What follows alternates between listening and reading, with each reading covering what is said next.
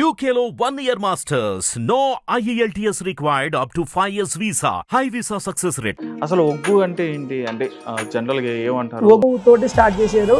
ఆ జగ్గు ఓంకారం నుంచి వచ్చిందే ఒగ్గు. ఆ ఒగ్గు పూజారి తల్లి గర్భం నుంచి ధనం వేరెవ్వరు వెళ్ళిపోయిన నాడు వెంట రాదు విర్త మర్దన చేసి విర్రవి సొమ్ము మానవుడు కురువబోడు అని ఇవన్నీ మేము మా కథల్లో కూడా మేము ఒక్కొక్కరిని ఏడిపియాలంటే ఏడిపించినాం, నవ్విపియాలంటే నవ్విపించినాం. విష్ణు ఈశ్వర బ్రహ్మ ముగ్గురు అన్నదమ్ములాట, శివ శివ అన్నదమ్ములాట, వారి మహిమతో వేసిన రెండు మట్టి బొమ్మలాము మనము. మనిషి అని కింద వదిలేయంగానే వచ్చి ఇక్కడికి వచ్చి ఇది నాది అది నాది ఇది నాది అంటావు. వచ్చేవు పోయేవు నాది కొరకు, వచ్చి కూసున్నాను నీది కొరకు. ఇప్పుడు ముఖ్యంగా చేతబడికి సంబంధించిన అంశం కూడా చాలా అంటే చాలా భయంకరంగా పెంచవచ్చు. అంటే ఇప్పుడు చేతబడి, బాణవతులు, కైకావతులు అనే ఈ పదాలకి ఏంటంటే ఇది ఇప్పుడు పుట్టినవి కాదు. ఇప్పుడు అర్థం చెప్పాలిగా, దీనికి అర్థం చెప్పాలి. ఏంటి వీడు ఏం అడుగుతున్నాని ఒకటే పాట అమ్మా అని చెప్పి హాయ్ హలో నమస్తే, వెల్కమ్ టు హిట్ టీవీ. నేను మీ శ్యామ్. ఈరోజు మనం ఒక ప్రత్యేకమైన వ్యక్తిని అయితే మాత్రం కలవడం జరిగింది. అదేవిధంగా ఇంటర్వ్యూ కూడా చేయబోతున్నాం. రైట్, ఆయన చూసారంటే కనుక మీరు అందరూ కూడా చాలా అంటే చాలా ఆశ్చర్యపోతారు. ఎందుకంటే ఆయన ఉన్న ఆ వేషం కానీ ఆ వేషధారణ కానీ చాలా అంటే చాలా విచిత్రంగా కనిపిస్తుంది. అదేవిధంగా చాలా అంశాల మీద అయితే మాత్రం ఆయన్ని ప్రశ్నించడానికి అయితే మనం ఇక్కడ రావడం జరిగింది. మీ అందరికి కూడా తెలుసు, నెగిటివ్ ఎనర్జీ అనేది ఈ విధంగా మనం ఇప్పుడు సమాజంలో కానీ లేకపోతే మనం బతుకుతున్న ఈ జీవితంలో నెగిటివ్ ఎనర్జీ గురించి అయితే చాలా మందికి కూడా భయం అనేది ఉంది. దానికి సంబంధించి ఎటువంటి పరిష్కారాలు ఉంటాయి, అదేవిధంగా ఎటువంటి పరిష్కారాలతో వాటిని కట్టడి చేయొచ్చు అనే అంశం మీద అయితే ఈరోజు మనం మాట్లాడడానికి గురువు గారిని కలవడానికి వచ్చాం. ఆయన ఎవరో కదండి, ఆయన వచ్చేటప్పుడు నందస్వామి గారు, ఆయన వచ్చేటప్పుడు ఒగ్గు పూజారి గారు అనమాట. ఆయన ఒకసారి మాట్లాడి ఆయనతో ఈ ప్రశ్నల గురించి సమాధానం పరిష్కారం తెలుసుకుని. నమస్తే అండి. నమస్తే అండి. ఎలా ఉన్నారు గురుగారు? బాగున్నామండి. గురుగారు, ఇప్పుడు వచ్చేటప్పటికి మీ వేషధారణ అనేది చాలా అంటే చాలా విచిత్రంగా కనిపిస్తుంది. ఎందుకంటే మీరు మీ కాళ్ళకి కడియాలు కానీ, అదేవిధంగా చేతికి కడియాలు, మెల్లో హారాలు కానీ, అదేవిధంగా ఆ పుర్రెలమాలతో ఉన్న ఆహారాలు కానీ చాలా అంటే చాలా భయంకరంగా కనిపిస్తున్నాయి. అసలు నాకు ముఖ్యంగా ఫస్ట్ ఆఫ్ ఆల్ మీరు ఈ ఈ అవతారానికి కానీ లేకపోతే ఈ పూజారి అవతారానికి కానీ రావడానికి కానీ, లేదంటే అసలు మీ బ్యాక్గ్రౌండ్ ఏంటనేది నాకు ఒకసారి తెలియాలి. మాది వచ్చేసి అంటే మా విలేజ్ ఇక్కడ కొలనుపాక అండి, కోటొక్కలింగం కొలనుపాక. ఓకే. ఆలేరు మండలం, యాదాద్రి జిల్లా మా విలేజే అక్కడ. నేను ఈ ఒగ్గు ఫీల్డ్లో మా గురువుల ద్వారా, మా బావ ద్వారా ఈ ఫీల్డ్లోకి వచ్చాను. ఇది నేను 10th క్లాస్లో 2004లో నాది 10th క్లాస్ అయిపోయింది. అప్పుడు నేను హాలిడేస్లలో ఈ ఫీల్డ్కు వచ్చానండి. నేను మా బావగారితో ఈ ఫీల్డ్కి వచ్చాను. మా బావ కూడా ఇక్కడ చెనగచెర్ల ఉంటాడు, చెనగచెర్లలో ఉంటాడు. ఈ ఫీల్డ్లోకి వచ్చేసి అసలు ఒగ్గు అంటే ఏంటి అంటే జనరల్ గా ఏమంటారు? ఒగ్గు తోటి స్టార్ట్ చేశారు. ఆ జగ్గు ఓంకారం నుంచి వచ్చిందే ఒగ్గు. ఆ ఒగ్గు పూజారి అని మల్లికార్జున స్వామి పూజలు చేసే వాళ్ళను, ఆ మల్లన్న సేవలో ఉండే వాళ్ళనే ఒగ్గు పూజారి అంటారు. అదే బీరప్ప స్వామి పూజారి ఉన్నాడు, బీరప్ప దేవుడు ఉంటాడు. ఆ బీరప్ప దేవుడి కుర్మ వాళ్ళు చేస్తారు. ఒక ఏడాది ప్రతి సంవత్సరం కానీ 11 ఏళ్ళకి కానీ 21 సంవత్సరానికి కానీ అట్లా పూజలు చేస్తారు. ఆ బీరప్ప స్వామి పూజ చేసే వాళ్ళు బీర్ల పూజారులు. ఈ ఒగ్గు పూజ అంటే మల్లన్న సేవలు చేసే వాళ్ళను, మల్లికార్జున స్వామి సేవలు చేసే వాళ్ళను ఒగ్గు పూజారి అని అంటారండి. ఓకే అండి.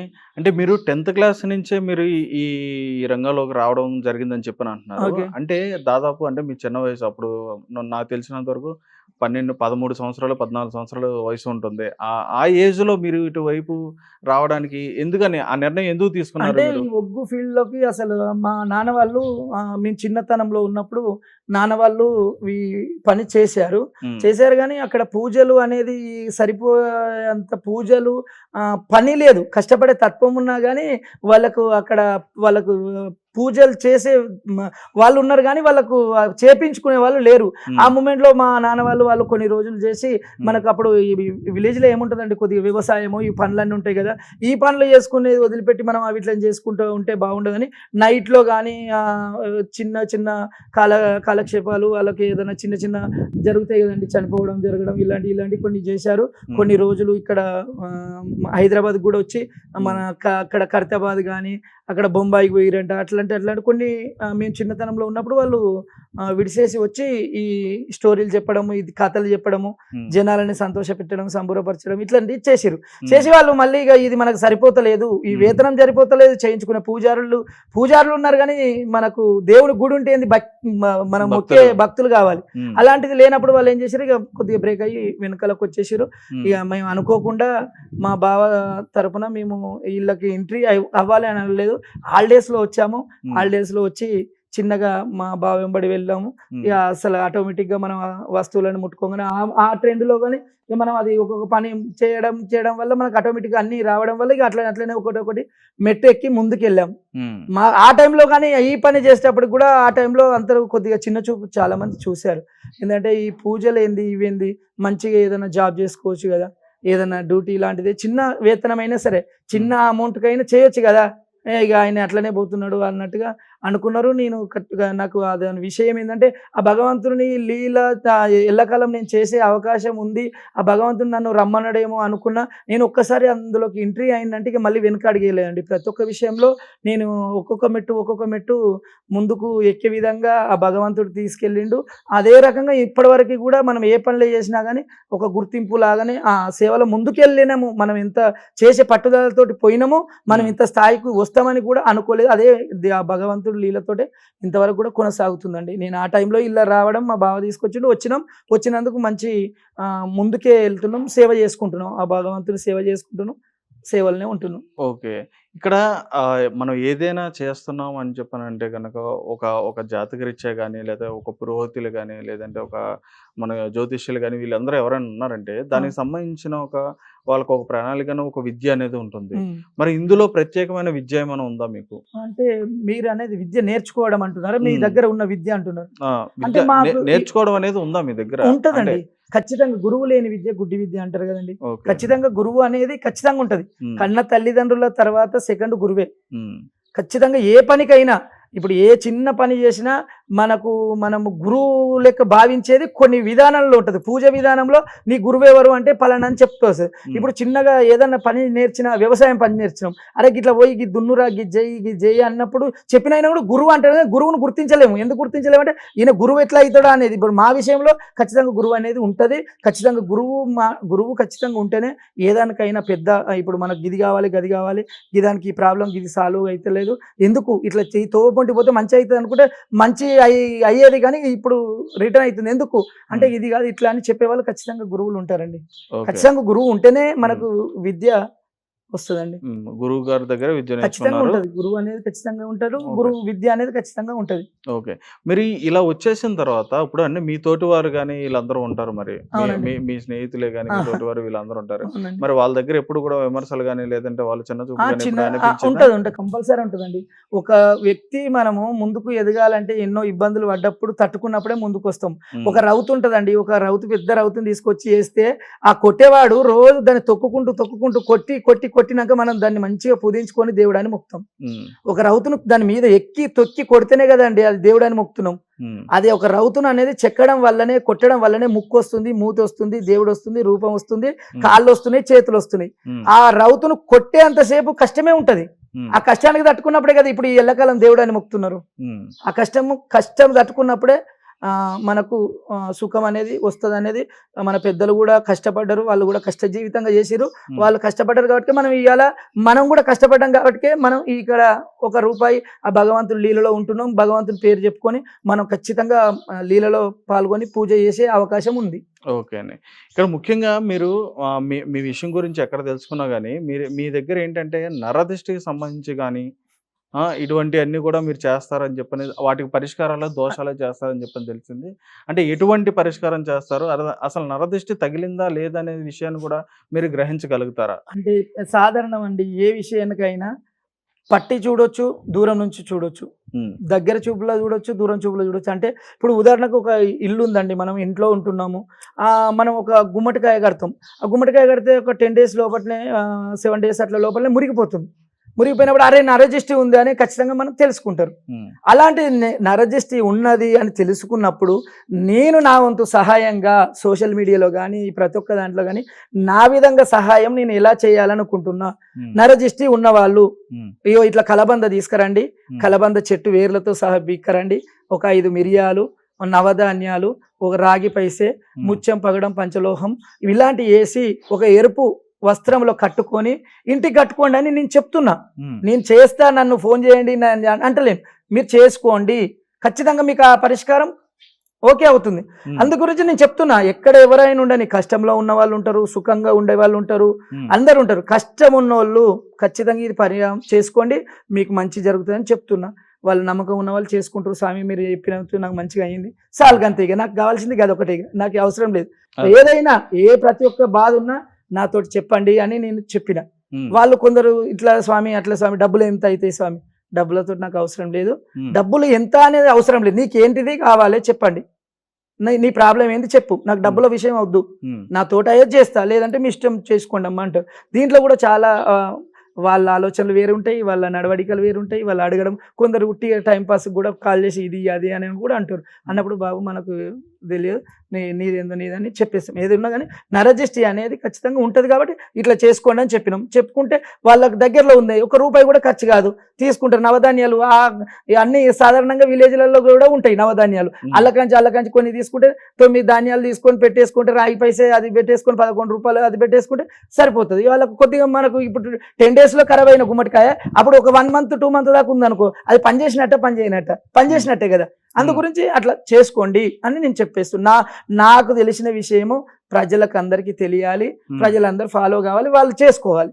ఓకే, డబ్బులు ఖర్చు కాకుండా వాళ్ళు సేఫ్ సైడ్ లో ఉండాలి. అదే అంటే ఎప్పుడైనా మీరు అంటే మీకు తెలుస్తుంది కాబట్టి మీరు ఇలా అంటున్నారు కదా, ఒక గుమ్మడికాయ ఎగ్జాంపుల్ గా చెప్పారు కదా, అంటే ఎప్పుడైనా ఎవరికైనా వ్యక్తికి నిర్దిష్ట తగిలిందని చెప్పని మీ దృష్టికి కనిపించిన తర్వాత అటువంటి వ్యక్తికి మీరు ఎప్పుడైనా ఈ పరిష్కారం చెప్పి వాళ్ళ దగ్గర నుంచి ఎటువంటి అయినా డిమాండ్ చేయడం ఎప్పుడైనా జరిగిందా? లేదండి, డిమాండ్ అసలు నేను ఇదే ఫస్ట్ ఆప్షన్ చెప్పేదే.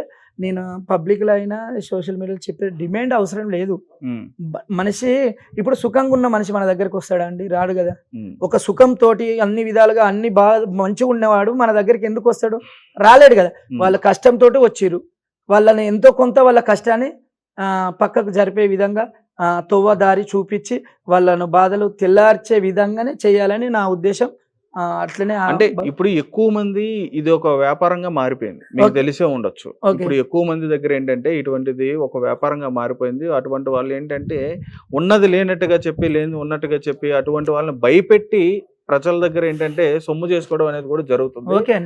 అటువంటి మీ దృష్టికి ఎప్పుడైనా వచ్చినాయా? వస్తే కనుక మీరు ఎప్పుడైనా సరే వాటిని ఏ విధంగా చూసారు? ఖండించారా లేదంటే ప్రోత్సహించారా? నేను ఇప్పుడు చెప్పేది ప్రశ్న, మీరు అడిగే ప్రశ్నకి సమాధానం ఆల్రెడీ నేను చెప్పేసిన. ఏ విధంగా చెప్పేసిన అంటే వాళ్ళు ఖచ్చితంగా వీళ్ళు చేస్తే నేను అమౌంట్ అనే విషయానికి వచ్చినప్పుడు ఫస్ట్ సెకండ్ ఆప్షన్ లో పెట్టేస్తా. నీకున్న విషయం ఏం కావాలి, నా దగ్గర నుంచి నువ్వు ఏం కావాలని నాకు కాల్ చేసావు, లేదు నా ఇంటికి వచ్చినావు, ఇప్పుడు మా ఇంటికి ఎందుకు వచ్చినావు, నువ్వు నీకు ఏ ప్రాబ్లం ఉన్నాయి వచ్చినావు, ఆ స్వామి నాకు ఈ బాధ, ఆ బాధకు నా దగ్గర పరిష్కారం ఉంటే ఒక గడ్డ గరకన తీసుకొని మంచిగుండు అంతే. కానీ డిమాండ్ అనే విషయం ఇంతవరకు రాలేదు, చెయ్యలేదు, మనకు అవసరం కూడా లేదండి. నేను చేసేది 24 గంటలు అమ్మవారి ఆ భగవంతుని సేవలు. ఇప్పుడు అట్లనే నా భగవంతునితో సహా ఇప్పుడు రేణుక ఎల్లమ్మ ఉన్నది, నల్లబోచమ్మ తల్లి ఉన్నది, ఇవన్నీ కళ్యాణాలు చేస్తాం. నా యూట్యూబ్ లో కూడా ఉన్నాయి, నేను ఎక్కడ చేసినా చాలా కళ్యాణాలు. 365 రోజులు నేను 24 గంటలు ఈ కళ్యాణ సేవలనే ఉంటా. ఇలాంటిది టైం దొరికినప్పుడు నాకు తెలిసిన విషయం పక్క వాళ్ళకు ప్రజలకి తెలియడమే నా బాధ్యత. నాకు రెగ్యులర్గా నా కంటెంట్ ఏంది, నాకు ఈడ పూజ చేయాలి, ఆడ గుళ్ళు నిలబెట్టాలి, ఈడ వేయాలి, ఇవి నాకు రెగ్యులర్ ఉండేది, నాది నాకే ఉంటుంది. ఖాళీ దొరికిన టైంలో నా కడుపులో ఉన్న విషయం బయట పెట్టడం నా వంతు సహా. అదే అండి, రైట్. మీరు చెప్తున్నది బాగానే ఉంది. అంటే మీ వరకు మాత్రమే మీరు మాట్లాడుతున్నారా లేదంటే సనాతన ధర్మం వైపు కూడా మీరు మాట్లాడుతున్నారా అనే విషయాన్ని నాకు క్లారిటీ ఇవ్వండి. అంటే ఇది నేను చెప్పే విషయం అదే కదండి. ప్రజలు కూడా అందరూ ఒక కష్టంలో ఉన్న మనిషి, ఆ కష్టంలో కూడుకుపోయిన మనిషిని బయటికి వచ్చే ధైర్యాన్ని నేను నింపుతున్నా అని నేను అనుకుంటున్నాను. ఆ కష్టంలో కూడుకుపోయిన మనిషి అయ్యో మాకేమో అయ్యిందట, ఏదో చేసిరట, ఇట్లట అట్లట అన్నోళ్ళకు రా, నేను తీసుకొని చూపిస్తా, నీకు ఏం లేదు, నువ్వు ఇది చేసుకో, నడువు వెళ్ళిపో అని నేను శక్తిని వాళ్ళకు బలాన్ని గట్టిగిస్తున్నా నేను అని అదే. నేను అనుకుంటున్నా. నేను ఒక్కరిని అనుకోవడం అదే కాదు కదా. అంటే ఇక్కడ సనాతన ధర్మం గురించి కానీ లేదంటే హిందుత్వంకి సంబంధించిన వాటికి అందరికీ కూడా మీరు ప్రోత్సాహంగా ఉన్నారా అని నేను అడుగుతున్నాను. ఉంటున్నాండి. ఇప్పుడు వాళ్ళకి ధైర్యంగా ఉంటున్నా కదా. ఇప్పుడు నేను ఏదో సమస్య అయ్యి వస్తే మీరు ఇందాక అన్నారు కదా, ఇప్పుడు సమస్య అయ్యి వచ్చి కష్టమని నేను వస్తే ఇంకా నాకు ఇది అది అని అంటే మనం కష్టపెట్టిన వాళ్ళం అవుతాం. అట్లాంటిది వద్దు, నీకు ఏ ప్రాబ్లం ఉంది ఆ ప్రాబ్లానికి ఇది తీసుకోవో, దానికి ఇది తీసుకో, మంచిగా అయితే పో అంటే మంచిగా కావాలి, మీ ఇంటి చుట్టే ఉంటాయి, పో పలానా చెట్టు తీసుకొచ్చి కట్టుకోపో అంటే కట్టం అయిపోయి.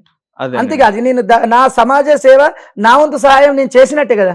ఓకే, ఇక్కడ ఇంకొక విషయం, ఇప్పుడు హిందూ ధర్మంలో కానీ లేదంటే ఎక్కడైనా మన ప్రకారంగా చూసుకుంటే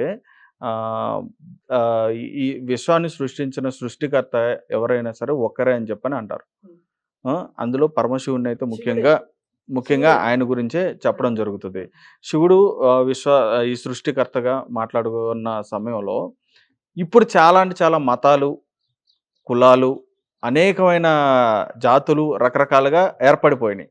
ఇటువంటి సందర్భంలో అంటే మీరు అంటున్నారు కాబట్టి ఎవరికైనా నేను మంచి చేయాలి, ఇప్పుడు నా ధర్మంగా నేను మంచి చేయాలని చెప్పని మీరు అంటున్నారు కాబట్టి, ఇలాంటి ఉన్న సమాజంలో అంటే ఒక హిందువులకే చేస్తాను అని చెప్పని ఏమైనా ఉందా మీకు? లేదంటే ఇతర ఎవరైనా ఏ మతస్థులకైనా ఏ కులస్తులకైనా కూడా మీరు చేస్తారా? నాకు కులం తోటి పని లేదండి. ఏ కులము అనే నాకు సంబంధం లేదు. నాకు అలాంటి పట్టింపులు లేవు మనకు. మనం ఈ మతం వాళ్ళకి కష్టం ఉంటేనే చేస్తా అనేది అది నాకు నచ్చిన పదం కాదు, నేను అనుకున్న గోల్ కాదు. మనకి ఏ మతము అవసరం లేదు. ఈ మతము అనేది, కులాలు అనేది ఇక ఇవి మనము సృష్టించుకొని చేసేది అనేదే కానీ ఇప్పుడు ఈ మతం వాళ్ళకు ఆ మతం వాళ్ళకు అనేది ఎవరు లేరండి. నాకు నా చెంతకు చేరి స్వామి నాకు ఈ బాధ ఉంది అంటే, నీ ఏ కులం అని నేను ఎందుకు అడుగుతా అంటే, ఏ మతం అని నేను ఎందుకు అడుగుతాను? నీ కష్టం ఏంది? నువ్వు పెద్దగా చిన్నగా నువ్వు ఎవరైనాగా నీకు ఎలాంటి సహాయం నా వల్ల కావాలంటే నేను అలాంటి సహాయం నాకు తోచింది చేస్తా. నా తోటి కాంది అనేది ఉంటే ఇగో ఇది ఇట్లా కాదు అట్లా కాదు అని చెప్పేస్తాం. కానీ మతానికి కులానికి ఏమి తల్లిగా ఇప్పుడు తల్లి కడుపుల నుంచి పుట్టినప్పుడు ఈ మతం ఆ మతం అనేది ఏముందండి. ఇప్పుడు ఈ శ్లోకం కూడా ఉంది, తల్లి గర్భం నుంచి ధనం దేరెవ్వరు వెళ్ళిపోయిన నాడు వెంట రాదు, విర్తమర్దన చేసి విర్రవీగుటే గాని కుడువ పెట్టిన సొమ్ము మానవుడు కుడువబోడు, లక్షాధికారైన లవనమన్నమే కాని మెరుగు బంగారం మింగబోడు అని ఇవన్నీ మేము మా కథల్లో కూడా మేము ఒక్కొక్కరిని ఏడిపియాలంటే ఏడిపించినాం, నవ్విపియాలంటే నవ్విపించినాం. అట్లాంటివి చేసినాం, చాలా చేసినాం. ఇప్పుడు తల్లి గర్భం నుంచి ధనం తేడు అన్నా చెల్లెళ్ళు అక్కదమ్ముళ్ళు వీళ్ళందరూ ఎక్కడదండి పుట్టినప్పుడు. మనం పుట్టినప్పుడు ఒక్కడమే, సచ్చినాడు ఒక్కడే. మానవ జన్మ ఒక మట్టి కుండ లాంటిది. పట్టుకుంటే ఇట్లా చూపిస్తే ఆకారం ఉంటుంది, వదిలేసినామంటే నీకేం దొరుకుతుంది? ఆ కుండ ఎంతో మానవ జన్మ అంతా. బర్రెపెండ ఎన్నాళ్ళు, ఈ భాగ్యము ఎన్నాళ్ళు. గోడకి వేసిన సున్నం ఎంతో సంసారం. గోడకి వేస్తే తెల్లగా కొడుతుంది, 3 రోజులు కాగానే నల్లగా అవుతుంది. మనిషి జీవితం కూడా అలాంటిదే. ఇలాంటిది నేను కూడా చెప్తా. ఇది మన విష్ణు ఈశ్వర బ్రహ్మ ముగ్గురు అన్నదమ్ములాట అనేది కూడా ఒక పాట ఉంది, మా పెద్దల నుంచి ఉంది. విష్ణు ఈశ్వర బ్రహ్మ ముగ్గురు అన్నదమ్ములాట, శివ శివ అన్నదమ్ములాట, వారి మహిమతో వేసిన 2 మట్టి బొమ్మలాము, మనము మాయ జన్మలాము. కొడుకులున్నారు బిడ్డలున్నారని కొంత మురువోకే మనసా కొంత మురువోకు, ఎమినోడొచ్చి దోసకపోతే కొడుకులు రారంట, మనకు బిడ్డలు రారంట. మిద్యలున్నాయి మేడలున్నాయని గర్వపాడవోకు, మనసా గర్వపాడవోకు. ఆ ఇచ్చిన దేవుడు తీసుకపోతే మిద్యలు రావంట, నీకు భూములు రావంట. చేతుల బెల్లం ఉన్నంతసేపే ఈగ బలగమమ్ము, ఇది కాకి బలగమమ్మ. నీ చేతుల బెల్లం లేకుంటే నీకెవరు రారు అంట, మనది యమలోకమంట. గీ చెట్టు మీద గా చెట్టు మీద కాకులున్నయిరా నరుడా, కాకులున్నయిరా. గా కాకుల మెడలో కైలాసంబు కనబడుతున్నదిరా నరుడా, ఊపడుతున్నదిరా. గిగుండు మీద గాగుండు మీద కోతులున్నయిరో నరుడా, కోతులున్నయిరా. గా కోతుల మెడలో రామబాణం అవపడుతున్నదిరా నరుడా, కనబడుతున్నదిరా. ఇలాంటిది ఈ పాటల జీవితం ఉందండి. అప్పుడు అక్కడ మన శివుడు ఏం చేసిండటంటే, ఇక్కడ ఛాతి మీద ఇట్లా రాసుకున్నాడు. రాసుకుంటే ఇట్లా మైల వస్తుంది, మనం కూడా ఇట్లా రాసుకున్నప్పుడు అవును. మైల ఉండ వస్తుందా, అవును. ఆ మైల ముద్దను ఏం చేసిండంటే ఇట్లా ఇట్లా ఇట్లా ఆడిస్తుంటే అది బొమ్మ లెక్క ఇట్లా సాగుతుందంట. సాగుతుంటే దానికి ఒక చేతుల లెక్క కాళ్ళ లెక్క బొమ్మ అయింది. బొమ్మ కాగానే ఏం చేసిండు, ఇది బొమ్మ పుట్టింది నా చెమటలో ఏం చేద్దామని మెల్లగా విష్ణుదేవి దగ్గరికి పోయిండంట.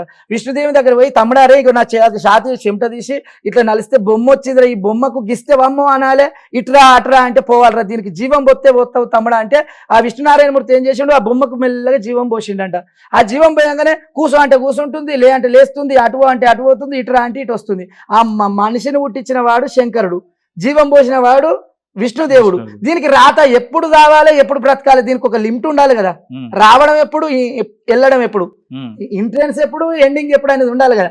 అది మెల్లగా ఏం చేసిన బ్రహ్మదేవుని దగ్గర పోయి తమ్ముడా బ్రహ్మదేవ, ఇక విష్ణు నేను కలిపి ఈ బొమ్మను తయారు చేసినాం, ఇక దీన్ని కూసోమంటే కూసుంటుంది, రా అంటే వస్తుంది, పో అంటే పోతుంది, మంచి విచిత్రంగా అవుతుందిరా, దీనికి జీవం పోయి తమ్ముడా అని బ్రహ్మదేవుని దగ్గరికి పోతే బ్రహ్మదేవుడు చూసినట్ట కింది మీద కూసో అంటే కూర్చుంటే గిచ్చితే వమ్మో అంటుందంట, లే అంటే లేస్తుందట, లేస్తే అమ్మ ఇట్లు నాది బొమ్మ అని కూసో అన్నాడంట. కూసో అని బ్రహ్మదేవుడు ఏం చేసిండు, బసవం చేసుకొని అక్కడ కొట్టి ఒక చెట్టు మీద పిట్టను పుట్టించిండంట. పిట్టను పుట్టిగానే పిట్ట బుర్రుమని లేచిపోయి రానంగానే వస్తుంది, పోనంగానే పోతుంది.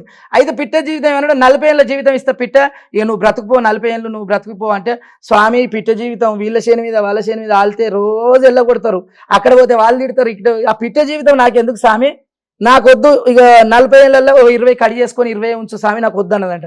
ఆ 20 తీసుకుని మెల్లగా పక్కకు పెట్టుకుండంట. తర్వాత ఒక గాడిదని పుట్టించాడు, గాడిదికి కూడా 40 ఏళ్ళు బ్రతుకుంటే, ఈ ఉష్క మూటలు ఈ గాడిది బతుకు ఎందుకు నాకు 40 ఏళ్ళు, 20 ఏళ్ళు చాలు స్వామి నాకు వద్దని ఆ గాడిద అన్నదంట. గాడిద అనగానే 20 తీసుకుని మళ్ళీ పక్కకు సంకల పెట్టుకున్నాడు. అక్కడ ఒక కుక్కను పుట్టించాడు, శునకం. కుక్కను పుట్టిస్తే కుక్క బతుకు ఎందుకు స్వామి నాకు 40 ఏళ్ళు, నాకు వద్దు స్వామి నీ దండం పెడతా, 40 ఏళ్ళ కుక్క బతుకు నాకెందుకు, ఆ 20 ఏళ్ళు తీసుకొని మళ్ళీ సంకల పెట్టుకొని 20 ఏళ్ళు చాలని కుక్క అడిగిందట. అరే మనిషి ఇట్లా అనగానే వచ్చిండు, నీకు 40 ఏళ్ళు ఇస్తున్న బిడ్డ బతుకు అన్నాడంట. స్వామి దండం పెడతా నీ కాల్మొక్త బాంచన్, 40 ఏళ్ళ పెద్దోన్ని ఎప్పుడు అయ్యి పెళ్ళి ఎప్పుడు చేసుకుంటా, పెళ్ళానికి పిల్లలు ఎప్పుడు పుడతారు, మళ్ళీ పిల్లలకు మనవాళ్ళు ఎప్పుడు ఎత్తుకుంటాం స్వామి, నాకు సరిపో నిండా 100 ఏళ్ళు పెట్టు స్వామి అని అడుగుతున్నాడు. అంటే మనిషి ఆశజీవి, మనిషి అనేవాడే ఆశజీవి. ఆశజీవి అంటే అప్పుడే నవ్వుకురట ముగ్గురు అన్నదమ్ములు, ఇందరికీ వద్దంటేనేమో ఇస్తుంటే వద్దన్నారు, ఈ మానవునికి ఎంత ఆశ ఉన్నది చూడు అని వాళ్ళు విష్ణు భగవానుడు శంకరుడు మన బ్రహ్మదేవుడు నవ్వుకొని ఏం చేసిరట, వీళ్ళకి ఎట్ల నుంచి జీవితం ఇవ్వాలి, ఉన్నదే మన దగ్గర 40 ఏళ్ళ జీవితం, ఈ 60 ఏళ్ళు ఎక్కడి నుంచి తేవాలి, కుక్క 20 ఉన్నాయి, గాడిది 20 ఉన్నాయి, పిట్ట 20 ఉన్నాయి, ఇక 60 తీద్దాం, ఈ 40కి కలిపితే నిండా 100 ఏళ్ళు వాడు కోరుకున్నట్టు అవుతుంది కానీ అని ఆ 60 ఈ 40 మొత్తం నిండా 100 ఏళ్ళు. కానీ 40 ఏళ్ళ జీవితమే మనిషికి ఖచ్చితంగా కష్టపడే తత్వము. సంపాదించాలన్నా, ఓ డబ్బు సంపాదించాలన్నా, ఒక ఇల్లు కట్టాలన్నా, ఒక పెళ్లి చేయాలన్నా, ఏది సంపాదించినా 40 ఏళ్ళు దాటినాక ఏముంటుందండి, బీపీ షుగర్లు అన్ని లేని రోగాలు అయితే అప్పుడు నువ్వు ఏ కష్టం చేయలేవు. ఇదంతా రియలే కదా, కనిపిస్తుంది కదా కళ్ళ ముంగటనే. అయితే అక్కడ నుంచి ఆ 40 ఏళ్ళ జీవితంలో 20 ఏళ్ళు కుక్కయి కలిసినాయి, 20 గాడిది కలిసినాయి, 20 పిట్టయి కలిసినాయి. ఆ కుక్క బతుకు ఎప్పుడు వస్తుంది అంటే పెళ్లి చేసుకోగానే కుక్క బతుకు వస్తుంది మనిషికి. కుక్క 20 కలిసినాయి కదా, కుక్క లెక్క కష్టపడి చేస్తేనే వ్యవస్థ. మన ఇంట్లో భార్యలు వాళ్ళు ఉంటారు, లేకపోతే భార్య ఉంటుందా, కష్టపడకుండా ఉట్టిగా గాలికి తిరిగితే, అప్పుడు కుక్క లెక్క తిరిగి కష్టపడితేనే కుక్క బతుకు వస్తుంది. తర్వాత పిల్లలు పుడతారు, అప్పుడు పిల్లల్ని ఎత్తుకొని మోస్తే ఏమైతే గాడిద లెక్క మొయ్యాలి, ఎత్తుకుంటేనే కదా ఆడ వండి పెట్టేదో ఏదైనా వచ్చే అది గాడిద జీవితం వస్తుంది. తర్వాత 60 ఏళ్ళ తర్వాత పిట్ట కాలి పడుతుంది మనిషికి. పిట్టకాలి పడ్డప్పుడు అప్పుడు మన నానమ్మలు కానీ బాగా గమనించండి, మన నానమ్మలు మన అమ్మమ్మలు 60 ఏళ్ళు 70 ఏళ్ళు నిండగానే ఆ గల్మకాడ కూర్చుంటారు, మనం ఏం చెప్పేది విన్నారు, వాళ్ళు కుయ్య వస్తుంటే పోతుంటే ఏదైనా మందలిస్తారు, చెప్పిందా చెప్తుంటారు, అన్నదే అంటుంటారు. మనం ఏం అడుగుతున్నాం అనేది కూడా లేదు, ఎవరిని అడిగినా వీళ్ళే సమాధానం చెప్తుంటారు. అప్పుడు పిట్టకాలి వస్తుంది. అప్పుడు ఏం చేసిండు శంకరుడు విష్ణు బ్రహ్మ ఇద్దరు నవ్వుకుంటా ఆలోకం నుంచి కైలాసం నుంచి మనిషి అని కింద పడేసిరట. మనం మనిషి అని కింద వదిలేయంగానే వచ్చి ఇక్కడికి వచ్చి ఇది నాది అది నాది ఇది నాది అంటావు, వచ్చేవు పోయేవు నాది కొరకు, వచ్చి కూసున్నాను నీది కొరకు, నా కొరకు వచ్చేవు నీ ప్రాణం పోయేవు అనేది ఒక సామెత కూడా ఉన్నది. ఎందుకంటే ఏది మనకు స్వాస్థ్యం కాదు, వచ్చినాడు ఒక్కనివే వచ్చినావు కదా, రాంగ మనం పెరుగుతుంటే పెద్దవాళ్ళు అవుతుంటే గిది గుడి గిది బాడి గిది ఇల్లు గిది నాయన గినమ్మ అని తెలిసింది. అందు గురించి నేను అనేది ఏమంటే, ఎంత లక్షాధికారైన లవణం అన్నమే, మెరుగు బంగారం అయితే మింగడు. కానీ మనిషి అనేది ఆ రోజు అక్కడ మనిషి అనే పుట్టుక కూడా ఇలా జరిగి ఆ కైలాసం నుంచి మనిషి అని కిందికి వదిలేసిండు. అందుకే మనిషి మన పేర్లోనే షీ ఉంది. చి అనేది ఉందా లేదా, మన పేర్లోనే చి ఉంది, అదే కైలాసం. అంటే దీంట్లో విర్రవీగేది ఏం లేదు, గర్వపడవలసిన విషయం ఏం లేదు. కాబట్టి మీరు అడిగిన సమాధానానికి నేను ఏమంటున్నానంటే, మానవుడు వచ్చినాడు ఒక్కడే, పోయినాడు ఒక్కడే. ఎంత డబ్బు ఉన్నా నువ్వు డబ్బుతో ప్రాణాన్ని కొనలేవు, ఎంత సొమ్ములు ఎంత జాగలు ఉన్న కోటీశ్వరుల ప్రాణం కూడా కొనలేవు. అయితే వీళ్ళు వచ్చేది ఏంటంటే, మనిషి అనేవానికి వచ్చేది ఒక్కటే పేరు. బ్రతికి ఉన్న చనిపోయినా నీకు డబ్బు ఎంతన్నా ఉండని ఏది రాదు. మనిషి మానవుడిని మానవత్వంగా బ్రతికి మంచితనంగా ఉంటే, అయ్యో పాపం పలానా ఆయన చనిపోయింది అంటే, అయ్యో పాపం కొన్ని రోజులు బతికే బాగుండు మంచోడు ఉండే అని అంటారు. అదే ఉన్న రోజు వీళ్ళకి చెడు పని చేసినాం అనుకో, చేసినప్పుడు సస్తే అయ్యో ఆడు మంచిగా చచ్చింది అంటాడు. మనిషి బ్రతికినా సచ్చినా జీవితంలో మన పేరు బ్రతికి ఉంది అంటే మంచి అనేదానికి ఖచ్చితంగా బ్రతికి ఉంటుంది. అది అదే ఇప్పుడు మీరు చెప్పింది క్లియర్ గా. ఇప్పుడు సృష్టించిన శివుడు గాని, బ్రహ్మ గాని, విష్ణువు గాని ఏ విధంగా అయితే మీరు చెప్పారో, ఈ మొత్తాన్ని కూడా తర్వాత మీరు చెప్పారు కాల పరిమితి అయిపోయిన తర్వాత ఖచ్చితంగా మనం పైకి పోవాల్సిందే, మన కోసం ఎదురు చూస్తారని చెప్పని మీరు అన్నారు. లక్షలు పెట్టి అడ్డం పెట్టి నీకు ఆగదు, అంతే గమ్యాన్ని. అదే అయితే ఇప్పుడున్న మన జనరేషన్ ఇప్పుడు ఎవరైనా సరే ఎవరైనా మాట్లాడుకుంటే మన ధర్మంలో ఏమనంట అంటే, స్వర్గం ఒకటి నరకం ఒకటి ఉంటుందని చెప్పని అంటారు. అంటే నిజంగానే ఇప్పుడు మనిషి చనిపోయిన తర్వాత నిజంగా స్వర్గానికి వెళ్ళేవాడు స్వర్గానికి వెళ్తాడా, నరకానికి వెళ్ళేవాడు నరకానికి వెళ్తాడు, నిజంగానే ఉన్నాయని చెప్పని అనుకోవాలి. అంటే ఈ పూర్వీకుల నుంచి మనం ఆచరించి గ్రహించవలసింది మంచి ఉంటది, చెడే ఉంటది. ఒక సామెత కూడా ఉంది కదండి, చిన్నప్పటి నుంచి నియ్యతి నీళ్ళ లేచిన కరవు కాదు, నీళ్ళ లేచిన మునుగదు, నియ్యతి నీళ్ళ లేచిన పోదు. అంటే ఆ మాట మంచే చెడు చెడే అనేది ఖచ్చితంగా ఉంటుందండి. ఏదానికైనా మంచే ఉంటుంది, చెడే ఉంటుంది. అది ఖచ్చితంగా మన పూర్వీకులు మాట్లాడుకునే విషయాలే ఇవన్నీ. ఏంటంటే మంచే ఉంటుంది, చెడే ఉంటుంది. చెడు చేసిన వాడికి చెడు కాలం అనుభవించవలసింది, మంచి చేసిన వాడికి మంచి కాలం అనుభవించవలసింది ఖచ్చితంగా ఉంటుందండి. ఖచ్చితంగా ఉంటుంది. అంటే ఈ క్వశ్చన్ ఎందుకని అడిగానంటే, మనం చనిపోయిన తర్వాత మనకు తోడు ఎవరో రారు, శివుడు ఒకడే వస్తాడు మనకు తోడు, శ్మశానంలో కూడా శివుడు మాత్రం మనకు తోడుగా ఉంటాడు అని చెప్పిన అనే విషయం మీద చెప్తా ఉంటారు. అందుకని నేను అన్నాను, ఇప్పుడు మన స్వర్గానికి నరకానికి వెళ్తామని చెప్పని అంటారు, ఇప్పుడు శివుడే తీసుకెళ్తాడా స్వర్గానికి నరకానికి? శివుడు ఒక అధిపతి దాత అండి, శివుడు ఎందుకు తీసుకెళ్తాడు? శివుని కింద బట్టలు ఎందరో వేల మంది ఉంటారు, ఇవాళ సెక్షన్ వాళ్ళకి ఉంటది. గ్రామానికి సర్పంచ్ ఎట్లా ఉంటాడో, సర్పంచ్కి వార్డు నెంబర్లు ఎట్లా ఉంటారో, అట్లా అది వాళ్ళ కాల శిక్షణ, దైవ శిక్షణ, అది చాలా విపరీతంగా చాలా లోతుగా ఆలోచించవలసిన విషయాలు అవి. కొన్ని మనము అనుకునే విషయాలు శివుడు ఎందుకు తీసుకెళ్తారు? శివునికి ఎంత శివుడు శాసిస్తే సరిపాయి. శివుడు బ్రహ్మ విష్ణుదేవుదులు శాసిస్తే సరిపాయి. చేసేవాళ్ళు మస్తుకుంటారు, చేసేవాళ్ళు కింద వస్తుకుంటారు. ఎవరు తీసుకెళ్ళినా ఎక్కడ తీసుకెళ్ళినా ఈ పదంలో ఆన్సర్ గట్టి బలం ఏంటంటే మంచి చెడే. ఎవరు తీసుకెళ్ళినా పర్లేదు, ఎవరు తీసుకెళ్ళినా గమ్యానికి చేరవలసింది. చెడుతోనే పోతుంది, మంచిది మంచితోకి వెళ్తుంది. ఓకే, ఇప్పుడు ముఖ్యంగా చేతబడికి సంబంధించిన అంశం కూడా చాలా అంటే చాలా భయంకరంగా చాలా మంది భయపడతా ఉంటారు అన్నమాట. మీకు తెలిసే ఉంటుంది. ఎందుకంటే నరదృష్టి ఏ విధంగా అయితే ఎంత ప్రభావం ఉంటుందో అదే విధంగా చేతబడి సంబంధించినది కూడా అంతే ప్రభావంగా ఉంటుంది. అయితే ఇటువంటి విషయాల్లో ఒక వ్యక్తికి ఎవరికైనా చేతబడి జరిగింది అని చెప్తే లక్షణాలు కానీ ఎటువంటి అయినా గుర్తించవచ్చా?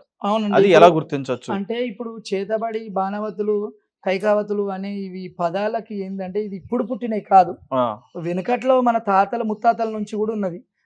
సాంప్రదాయ ప్రకారంగా ఎవరు ఆ చెడుతో పోయేటోడు చెడుతో పోతుండవచ్చు, మంచితో పోతుండవచ్చు. ఈ రోజుల నెగిటివ్ ఎనర్జీ, చేతబడులు, ఈ బాణవతులు, ఇలాంటి లక్షణాలు అంటే, మనము ముందుగా ఇంట్లో మనం పచ్చగా సంసారం ఉండి, మనం మంచితనంగా ఉండి, ఏదో అకాలంగా మరణించడాలు, అకాలంగా బాధలు, ఇంట్లో భార్యాభర్తలు మంచిగా ఉండేవాళ్ళు లొల్లీలు, ఘర్షణలు కావడం, ఇలాంటి చిన్న చిన్న సిమ్టమ్స్ ఖచ్చితంగా చూపిస్తాయండి.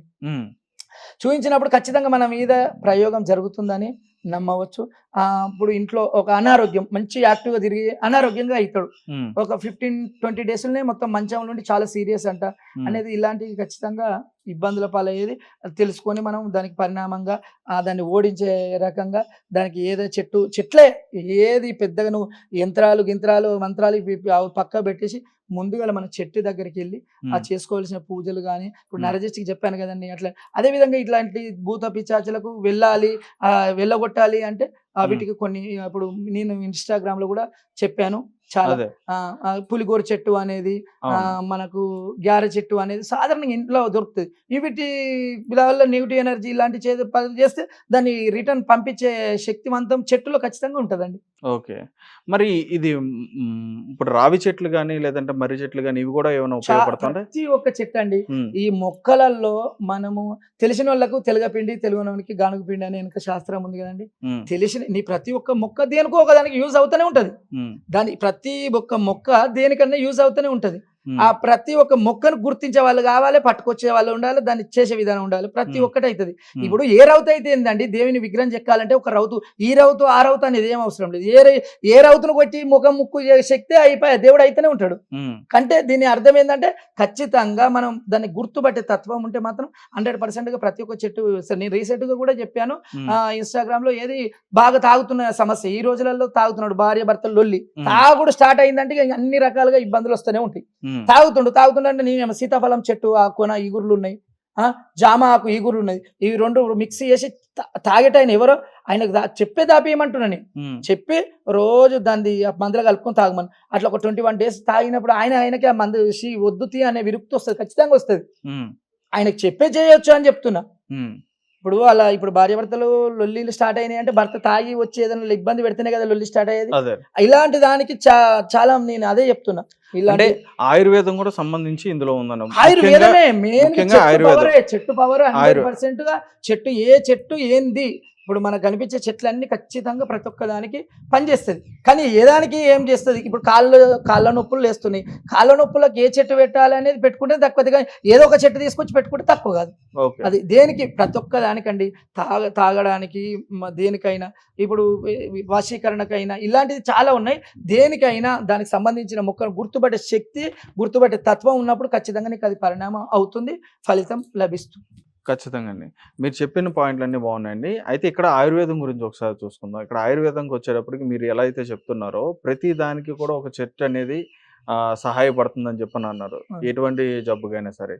మరి అటువంటప్పుడు ఇప్పుడు చాలామంది సమస్య ఏంటంటే ఎక్కువ మందికి ఉపకాయానికి సంబంధించే కానీ, లేదంటే షుగర్లు కానీ, బీపీలు కానీ, ఇవన్నీ కూడా మనం ఇప్పుడు హయ్యర్ మెజారిటీగా ఉన్న జబ్బులు అనమాట ఇవన్నీ. ఇటువంటి వాటికి ఎటువంటి పరిష్కారం దొరుకుతుంది ఉంటుంది అంటే దానికి ఒక లిమిట్ ఉంటుంది. షుగర్కి కానీ, బీపీకి కానీ, కిడ్నీలో అవుతుంది కొండపిండి ఆకని ఉంది. అవును, కొండపిండి. అవును, కొండపిండి దాని అర్థం ఏముంది, కొండనే పిండి చేస్తుంది. అవును, కొండపిండి ఆకు. ఆ ఆకును తీసుకొచ్చి మన కిడ్నీ సమస్యకు ఉంటే మనం చెప్పిన అది ఏ విధంగా గుర్తించాలి కొండపిండి ఆకును కూడా? కొండపిండి సాధారణంగా విలేజ్ లో దొరుకుతుంది. దానికి పువ్వులు తెలుపు కలర్ పువ్వు పూస్తుంది, పిండి కలర్ లోనే పువ్వులు పూస్తాయి. కొండపిండి ఆకు అంటే సాధారణంగా గుర్తుపడతారండి. విలేజ్ లో ఇప్పుడు హైదరాబాద్ లో ఉన్న వాళ్ళంతా విలేజ్ పబ్లిక్ అండి.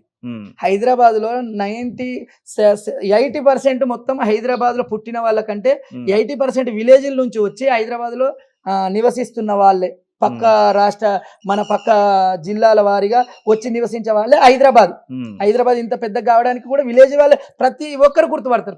కొండపిండి ఆకు అంటే నువ్వు ఆటోమేటిక్ ఉట్టిగానే గుర్తుపడతారు. వాళ్ళకి ఆ తత్వం ఉంది. వాళ్ళు చిన్నప్పటి నుంచి విలేజ్ కల్చర్ లో పెరిగిన వాళ్ళు కాబట్టి హైదరాబాద్ లో ఒక 20% పుట్టి ఇక్కడే స్థాపించుకొని ఉండేవాళ్ళు 20% ఉంటుండొచ్చు, 30% ఉంటుండొచ్చు. మిగతా వాళ్ళందరూ గుర్తుపడతారు. ఆ గుర్తుపట్టే వాళ్ళ ఇప్పుడు ఇక్కడ హైదరాబాద్ లో ఉండే ఏరియాలో ఈ పల్లెటూరు వాళ్ళకు 2-3 కాదు, కొన్ని కుటుంబాలే ఉంటాయి.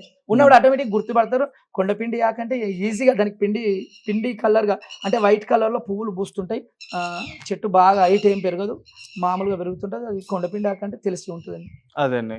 ఇక్కడ నేను ఇందాక అడిగినట్టుగానే రావి చెట్లు కానీ, మర్రి చెట్లు కానీ ఎందుకని అంటే మనకు ఫస్ట్ నుంచి పురాతన నుంచి కానీ మనకు తెలిసిన అంటే మనకు సనాతనంగా వస్తున్నది ఏంటంటే మర్రి చెట్టు మీద ఆత్మలు ఉంటాయని చెప్పని అంటారు. మరి అది మరి ఎంతవరకు కరెక్ట్? అంటే మర్రి చెట్టు మీద ఆత్మలు అనేది అట్లా ఏముండదు. ఒక విలేజ్ కి సంబంధించింది. అంటే ఎన్నో మర్రి చెట్టు ఉంటే అక్కడ కాష్టాల గడ్డ కానీ అక్కడ ఏదైనా చేయడం అవి చేస్తే అరే మర్రి చెట్టు దగ్గరనే ఉన్నది పోయి దాని మీద ఉండొచ్చు, అదే అట్లాంటివి ఉండొచ్చు. కానీ మర్రి చెట్ల మీదనే ఉంటాయి అనేది అది కరెక్ట్ కాదు. మళ్ళీ మర్రి చెట్టు వల్ల ఉపయోగాలు కూడా చాలా ఉంటాయి. మర్రి చెట్టు వల్ల మనకు నరాల బలహీనత ఉంది. మనకు శక్తివంతం కొద్దిగా నరాల బలహీనత ఉంటే ఎండు ఖర్జూర ఉంటుంది కదండి, ఎండు ఖర్జూర బియ్యం పోసుకుంటుంటే అవి పెడతారు ఖర్జూరాలు. ఆ ఖర్జూరను ఆ ఇత్తు తీసేసేయాలి, విత్తనం అలా విత్తు ఉంటుంది, ఆ విత్తును తీసేసి ఆ మర్రి చెట్టు మీద ఒక్కసారి ఇట్లా కత్తితోటో షాక్ తోటో ఒక దానితో కొడితే పాలు చక్క ఇట్లా దుంకుతుంటాయి. ఆ పాలు ఆ ఖర్జూర నిండా నింపుకోవాలి. నింపుకొని పొద్దున ఒక 5, సాయంత్రం ఒక 5, అట్లా ఒక 21 days చేస్తే అసలు క్యాండిడేట్ వాళ్ళే చెప్తారు, ఎంబడే రిజల్ట్ చెప్తారు. దాని నిండా పాలు పట్టుకోవాలి, తినేసేయాలి. తింటుంటే కూడా మన అంతా ఇట్లా ఇలా అంటుకపోయినట్టుగా ఉంటది. అలాంటి పొద్దున ఒక 5, సాయంత్రం ఒక 5, నీకు ఏది అవసరం లేదు. ఎంత పెద్ద టాబ్లెట్ కంటే ఇది మంచి పనిచేస్తుంది, ఖచ్చితంగా పనిచేస్తుంది. అతను తిని అట్లా నేనేమంటున్నానంటే ప్రతి ఒక్క దానికి ఎవరికి ఏ ప్రాబ్లం ఉంటే ఆ ప్రాబ్లం తగ్గట్టు మనకు తెలిసిన విషయం చెప్పుదాం. తెలియంది నేను కొత్తగా చెప్తే ఇంకా వేరే అవుతుంది. మనకి ఎంతవరకు అయితే తెలుసో, మనం ఎంతవరకు అయితే లిమిట్స్ ఉన్నాయో ఆ లిమిట్స్ ప్రకారం యూజ్ చేసుకోవచ్చు అండి. ప్రతి ఒక్క చెట్టు వల్ల యూజ్ ఉంటది, ప్రతి ఒక్క చెట్టు వల్ల యూజ్ ఉంటది. ఇప్పుడు ఇంకొక విషయం అండి, ఎక్కువ మందికి ఉన్న సమస్య ఏంటంటే సంతానం సంబంధించి సంతానం లేని సమస్య అనేది ఖచ్చితంగా ఇప్పుడు ఎక్కువగా వినిపిస్తున్నాయి. అది మనం తినే ఆహారంలో కల్తీ అవ్వచ్చు, లేదంటే మనం ప్రకృతిలో కూడా వైపరీత్యాల వల్ల కల్తీ అయ్యి ఉండొచ్చు. కానీ దానికి ఎటువంటి పరిష్కారం సంతాన ప్రాబ్లానికి దూసరి తీగ అని ఉంటదండి.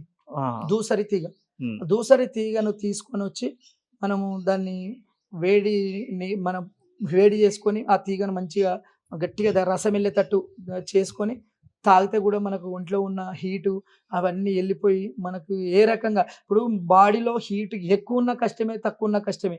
మళ్ళీ మనిషికి ఇప్పుడు సంతానం కాలేదు అంటే ఒక్కటే ప్రాబ్లం ఉండదండి. పీసీఓడి, నీటి బుడగలు, ఇవన్నీ ఒక నేనేమంటున్నా అంటే ఫస్ట్ సంతాన ప్రాబ్లం ఎవరన్నా ఉంటే ఫస్ట్ హాస్పిటల్కి వెళ్ళి చూయించుకుంటారు. ఆ హెల్త్ పరంగా, ఈ మనిషి హెల్త్ పరంగా నీకు అన్ని ఓకే ఉన్నాయి, అయితే లేదు, అప్పుడు ఆయుర్వేదిక్ అని ఖచ్చితంగా యూజ్ చేయండి, ఖచ్చితంగా అవుతుంది.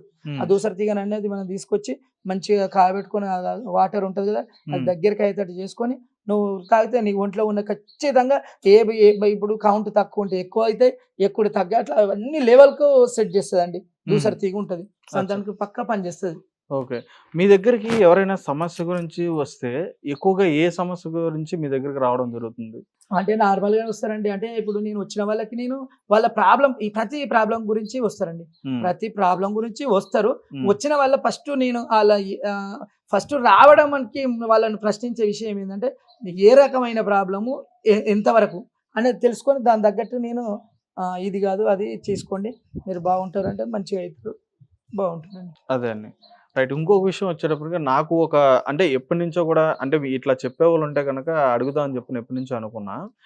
మనం జనరల్గా ఎప్పుడైనా నల్లపిల్లి ఎదురొస్తుందని చెప్పని అంటారు మనకి. జనరల్గా మనం బయటికి వెళ్తున్నప్పుడు ఏదైనా శుభకార్యం చేసుకున్నప్పుడు నల్లపిల్లి ఎదురొస్తే మంచిది కాదు అని ఇది ఒక సెంటిమెంట్ అనేది ఎప్పటి నుంచో వస్తుంది. అది అది అది నిజంగానే మంచిది కాదా? అంటే ఏదంటే అండి, ఇప్పుడు ఇవన్నీ పెంపుడు జంతువులే కదా, ఇప్పుడు ఇవన్నీ పిల్లి, కుక్క, ఇవన్నీ అయితే కుక్క ఎదురొస్తేనేమో మంచిది, పిల్లి ఎదురొస్తే మంచిది కాదు. ఇది అంటే శాస్త్రం అనేది అవన్నీ ఎందుకని నేను అంటున్నానంటే, అంటే దీని గురించి ఎవరైనా చెప్తే గనక, చెప్పాలి అనుకుంటే గనక ఖచ్చితంగా, ఎందుకని నేను అడుగుతున్నాను ఈ ప్రశ్నని. ఇప్పుడు పిల్లి అనేది ఇప్పుడు కుక్క అనేది మనం ఎలా అయితే కాలభైరవుడు అని చెప్పని మనం అనుకుంటామో, పిల్లి కూడా మార్జాలం. ఆ పిల్లి అనేది కూడా పార్వతీదేవికి సంబంధించిన అదే పార్వతీదేవి అంశలో ఉన్న మార్జాలం అని చెప్పని అంటారు. మరి అటువంటిప్పుడు పార్వతీదేవి ఎదురొచ్చిందని చెప్పని ఎందుకు అనుకోరు? అదే జనాలు ఎట్లుంటారంటే, ఇప్పుడు ఒక్కటి విషయం అండి, ఒక మంచి శుభకార్యానికి మనం వెళ్తున్నాం, వెళ్ళినప్పుడు కుక్కను మనమే చేస్తాం, పిల్లిని మనమే చేస్తాం. అంటే కొందరు సాదుకుంటారు, కొందరు సాదుకోరు. కొందరు ఇళ్లలో, ఇప్పుడు హైదరాబాద్ లో కూడా నేను చాలా తవల పూజలు చేయడానికి వెళ్ళే కదా, ఇంట్లో పిల్లిలు కూడా ప్రేమ అతి గౌరవంగా సాదుకుంటారు పిల్లులు. మరి ఇప్పుడు ఈ ఇంట్లో పిల్లి ఎదురింట్లో పోవచ్చు, ఎదురింట్లో పిల్లి ఈ ఇంట్లోకి రావచ్చు. పిల్లి రావడం వల్ల అపశకనం అనేది అయితే నా మటుకు కాదు, అది కరెక్ట్ కాదు. ఇప్పుడు పిల్లిని మనమే చదువుతున్నాం, కుక్కను మనమే చదువుతాం, కుక్కను ప్రేమగా చదువుతున్నాం, పిల్లిలు కూడా అంత ప్రేమగా చాదే వాళ్ళు ఉన్నారు. నేను పూజ కాడికి వెళ్తే అట్లా ప్రేమగా చూసుకునే వాళ్ళు, ఆయన 2-3 ఫ్లోర్లలో పెట్టి చాతున్నాడు, అట్లా చాదే వాళ్ళు ఉన్నారు. అంటే ఇప్పుడు పిల్లి వస్తేనేమో చెడు, కుక్క వస్తేనేమో మంచి అనేది ఏది ఉండదు. మనం పోయే కార్యానికి మనం దృఢంగా బయలుదేరినామంటే కథ వెళ్ళిపోవాలి. అది మంచి జరుగు, చెడు జరుగు, అక్కడ ఏ ఫలితం వస్తుంది అనేది వాళ్ళ ఇష్టం బట్టి ఉంటుంది. ఇప్పుడు ఒక పిల్లని చూడడానికి పోతున్నాం, ఆ పిల్ల ఇష్టం లేకుండా, పిల్లి వచ్చి అడ్డం వచ్చినా ఆమెకి ఇష్టం లేకుండా ఇష్టం ఉంది అని ఒప్పుకుంటుందా? ఇది ఒకటి. ఇప్పుడు ఇక్కడ పెళ్లి అడ్డమైంది, ఆమెకి ఇష్టం లేదు నాకు పెళ్ళి అంటే వద్దు అని వాళ్ళ అమ్మ నాన్నతో చెప్పినా కానీ వద్దు వద్దని వీళ్ళు బలి మీదకి వెళ్ళిపోయారు అనుకో, అడిగి పోయినా నువ్వు ఉట్టిగా పోయినా వద్దంటది, రియల్గా పోయినా వద్దంటది, పెళ్లి అడ్డం రాకుండా నువ్వు ఏది వచ్చినా వాళ్ళ ఇష్టాన్ని బట్టి ఉంటది అక్కడ ఆన్సర్. ఆ ప్రతిఫలం అనేది అక్కడ వాళ్ళ ఎదుటి మనిషి ఆలోచన బట్టి ఉంటది. కానీ ఈ పిల్లి వస్తేనే అడ్డమైంది, నక్క తోకం దొక్కిపోతే మంచి కోటీశ్వర్లు అయితే ఇక ఇవన్నీ సామెతలన్నీ అంటే కొన్ని వర్తించడం మట్టుకే. ఇప్పుడు ఒక ఆమె పోయిందండి, ఒక మంచి పనికి పోతే పిల్లి అడ్డం, పిల్లి అయితే అయింది మనకు చెడు జరిగింది అని ఒక 10 మందికి చెప్తే అది ఆటోమేటిక్గా చెడు అని అవుతుందండి. ఇక దానివల్ల ఇప్పుడు పిల్లి తాగుతున్నాం, ఈ ఇంటి పిల్లి ఆ ఇంటికి వస్తుంది, ఆ ఇంటి పిల్లి ఈ ఇంటికి వస్తుంది, మనం వంతులు నోయకుంటాం బంతులున్న భోజనం, మనం నాలిక నందనం ఎక్కుదామంటే నొసలు కట్టెలు మనం వంతు బాగలేనప్పుడు ఏదైనా జరుగుతుంది, యాక్సిడెంట్ జరగవచ్చు, పోతే గుద్దుకోవచ్చు, మనం ఎవరైనా గుద్దవచ్చు, చేయవచ్చు. అది కనొస్తేనే జరిగింది అనేది మాత్రం కరెక్ట్ కాదు. ఓకే అండి. మీరు ఇందాక నుంచి కూడా చెప్తున్నారు, ఏదైనా విషయాన్ని మేము కథలుగా చెప్పి తెలుసుకున్నాము, అదేవిధంగా మా పూర్వీకులు గారు కథలుగా చెప్పేవారు అని చెప్పి అన్నారు. మీరు కూడా ఎప్పుడైనా కథలుగా ఈ విషయాలను ఎప్పుడైనా చెప్పడం జరిగిందా? ఏ విషయాలండి? ఇప్పుడు మీరు ఏదైతే చెప్తున్నారు, ఇందాక మీరు పాడారు చాలా వందల స్టేజ్ల మీద, వేల స్టేజ్ల మీద, నాది నా యూట్యూబ్ ఛానల్లో కూడా ఉంది. నందా స్వామి ఒగ్గు కథలని యూట్యూబ్ ఛానల్ కూడా ఉంది. ఆ ఛానల్లో చూసినా వేల స్టేజ్ల మీద, వందల స్టేజ్ల మీద పాడినము. మీకు వాటన్నిటిలో కూడా బాగా ఇష్టంగా అనిపించింది మీకు అంటే ఇది ఆ కథ చెప్పినప్పుడు ఏంటంటే మీకు బాగా సంతోషం కలిగించింది ఏదైనా ఉందా? అంటే మంచి స్టేజ్ల మీద మేము నంది అవార్డు కూడా తీసుకున్నామండి. ఇప్పుడు ఈ పూజలలో నంది అవార్డు గ్రహీత, ఉగాది పునస్కారంలో ఉజ్వల సంస్థ నుంచి నంది అవార్డు తీసుకున్నా 2 years కింద. ఇప్పుడు అంటే నంది అటు ఇట్లాంటిది స్టేజ్ల మీద ఇట్లాంటివి కాకుండా ఇంకా రవీంద్ర భారతిలో కానీ ఇంకో వేరే వరంగల్లో ఒకసారి ఒగ్గు కళాకారుల సమ్మేళన అని పెట్టారు. అంటే ప్రతి జిల్లా వారిగా మాకు రాష్ట్ర స్థాయి నుంచి మాకు రాష్ట్ర ఒగ్గు పూజారుల సంఘం ఉన్నది, జిల్లా వారిగా జిల్లా పూజారులు ఉన్నారు. నేను మేడ్చల్ జిల్లా ఒగ్గు పూజారుల సంఘానికి ప్రధాన కార్యదర్శిని ఇక్కడ మన మేడ్చల్కి. అయితే ఇట్లాంటి విలేజ్ రాష్ట్రము, జిల్లాలు, గ్రామాల నుంచి, మండలాల నుంచి ఒగ్గు సమ్మేళనాన్ని పెట్టారు ఇక్కడ వరంగల్ దగ్గర. అప్పుడు ఒగ్గోలు పెడితే నేను అప్పుడు ఎల్లమ్మ అమ్మవారి వేషం కట్టిన, మా బావ సారే అని చెప్పాం కదా ఇందాక, మా గురువు ఆయనే పరశురాముడు వేషం కట్టిన 100 మంది కళాకారులు వచ్చారు. అందులో మేము ఫస్ట్ ప్రైజ్ తెచ్చుకున్నాం. అంటే ఫస్ట్ ప్రైజ్ కి ఒక ఏం చెప్పారు అక్కడ? ఎల్లమ్మ తల్లి కొడుకు వాదం అన్నట్టు. ఇప్పుడు అమ్మవారి ఎల్లమ్మ పుట్టపుట్టలెల్లమ్మ భూలోక సుందరి నంది పుట్టలెల్లమ్మ నాగారం ఎల్లమ్మ జమదగ్ని ఇల్లాలు జగదేక సుందరి పరశురాముల తల్లి పరమ కళ్యాణి ఎల్లమ్మ అని ఇట్లాంటి వాదము ఎల్లమ్మ ఫీలింగ్ తోటి వాడేది కొన్ని ఉంటాయి, పరశురాముది కొన్ని ఉంటది. అంటే పరశురాముడు అనే ఎల్లమ్మకు 4 కొడుకులు 1 బిడ్డ. అయితే పెద్ద కొడుకు పరశురాముడు ఏం చేస్తాడంటే ఆనాడు జమదగ్ని గురుదేవుడు వద్దు మంత్రానికి, అంటే మెయిన్ గా ఇది చెప్పాలంటే చాలా స్టోరీ ఉంటుంది, 7 రోజులు ఎల్లమ్మ కథ ఉంటది. మీకు షార్ట్ కట్ లో చెప్తానండి.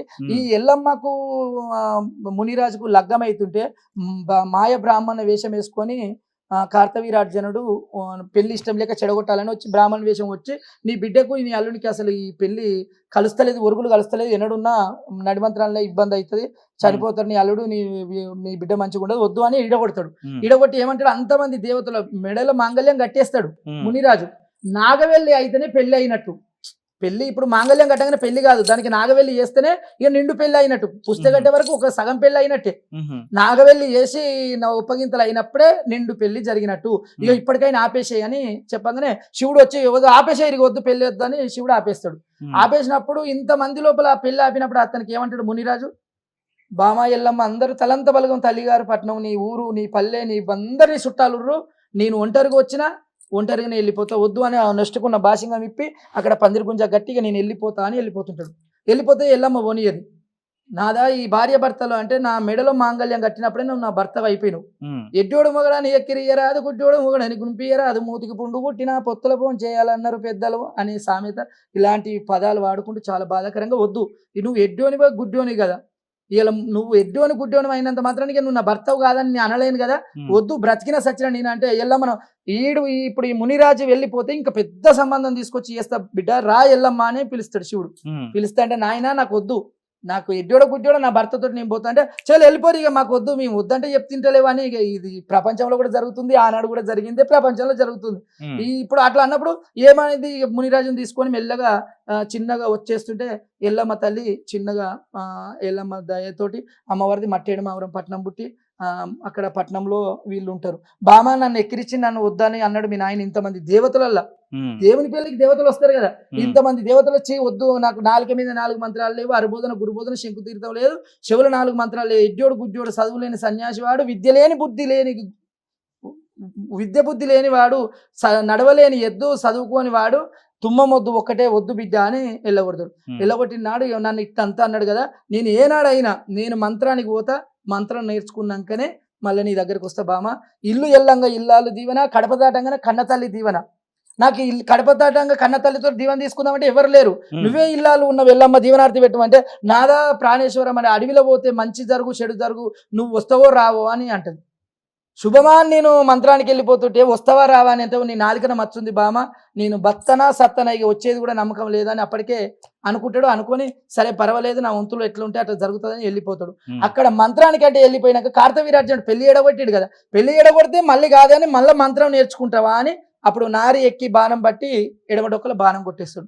బాణం కొట్టగానే ఆ బాణం దిగి విలవిల దండలాడుతుంటే ఎల్లమ్మకి చెప్తాడు, ఒకవేళ అడవిలో నాకు ప్రాణానికి ఏమన్నా ఆపద కలిగితే నీ చేతికున్న చంద్రపురి గాజులు పల్ల అవంతలు అవే వలిగిపోతాయి, నొష్టికున్న బొట్టు రాలిపోతుంది, మెడలో ఉన్న మాంగళ్యం దిగి కింద పడుతుంది, ఇంటి ముంగల ఒక బొడ్డుమల్లె వృక్షం పెట్టిన ఆ బొడ్డుమల్లె వృక్షము నీకు కిందికి మొదలేమో మీదికైతే కొనలు కిందికైతే బాగా చూసుకో అనగానే అద్దుమ్మ రాత్రి నిద్ర పొద్దు యాళ్ళ ఎల్లమ్మ తల్లి కలబుడుతుంది. కలబుట్టి చూసేవరకల్లా నిలువుటద్దాల కాడిపోతే నొచ్చుకున్న బొట్టు రాలిపోయింది, గాజులు వలిగిపోయినాయి, మాంగళ్యం జారిపోయింది. నాదా ప్రాణేశ్వర అడవి లోపల నీకు ఎంత ఆపద కలిగింది అని తెలుసుకుంది.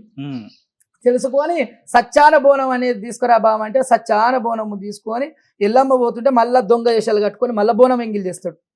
అప్పుడు ఏమనుకుంటుంది ఎల్లమ్మ, ఆకలైన వాళ్ళకి అన్నం పెడితే పుణ్యము, దూపైన వాళ్ళకి నీళ్ళు ఇస్తే పుణ్యము, ఎండపోయిన వాళ్ళని నీడకు తీస్తే పుణ్యం అనుకున్నా, నేను ఆకలైన వాళ్ళకి అన్నం పెడితే మంచిది అనుకుని నా భర్త అట్లన్నా లేస్తాడేమో అని ఆ 7 బోనాలు సచ్చాన బోనాలకు తీసి 2-3 పెడుతుంది. 2-3 పెట్టినాక పెట్టని తల్లి పెట్టకనే పాయ పెట్టినాము కడుపు నిండా పెట్టవ తల్లి అని మళ్ళీ అంటే ఆ ఉన్న బోనాలన్నీ తీసి పెట్టి మళ్ళీ బోనం ఎప్పటోళ్ళు ఎత్తుకొని నాదు దగ్గరికి పోతే అప్పుడు అంటాడు, బామా ఇవాళ నేను ఎట్లయినా ఇంటికాంచి పోతున్న దీవెనార్థి పెట్టమంటే వస్తావో రావో అన్నావు, నీ మాట తగ్గట్టు వస్తానో రానని నా ప్రాణానికి ఆనిగలి. ఇవాళ సచ్చాన బోనం ఏమంటే వత్త ఎంగిలి చేపించుకొని ఆ ఎంగిలైన బోనం తీసుకొని వచ్చినావు బామ, ఇక నా ప్రాణం నీకు దక్కదిగా నా మీద నీకు అవసరం లేదు, ఇక నీకు ఎడమ డొక్కలు ఉన్న బాణం పీకవమ్మ అంటే నాదా ఇక ఇద్దరాలు భార్య భర్తలమైనందుకు మనకి ఏమున్నది, నీకేం కావాలో అంటే అది కోరుకో బామ, ఎండి కావాలన్నా డబ్బు కావాలన్నా ధనం కావాలన్నా ఎక్కిసుడు ఎండి మెడలు కావాలన్నా ఏది కావాలో కోరుకో అని మునిరాజు అంటాడు.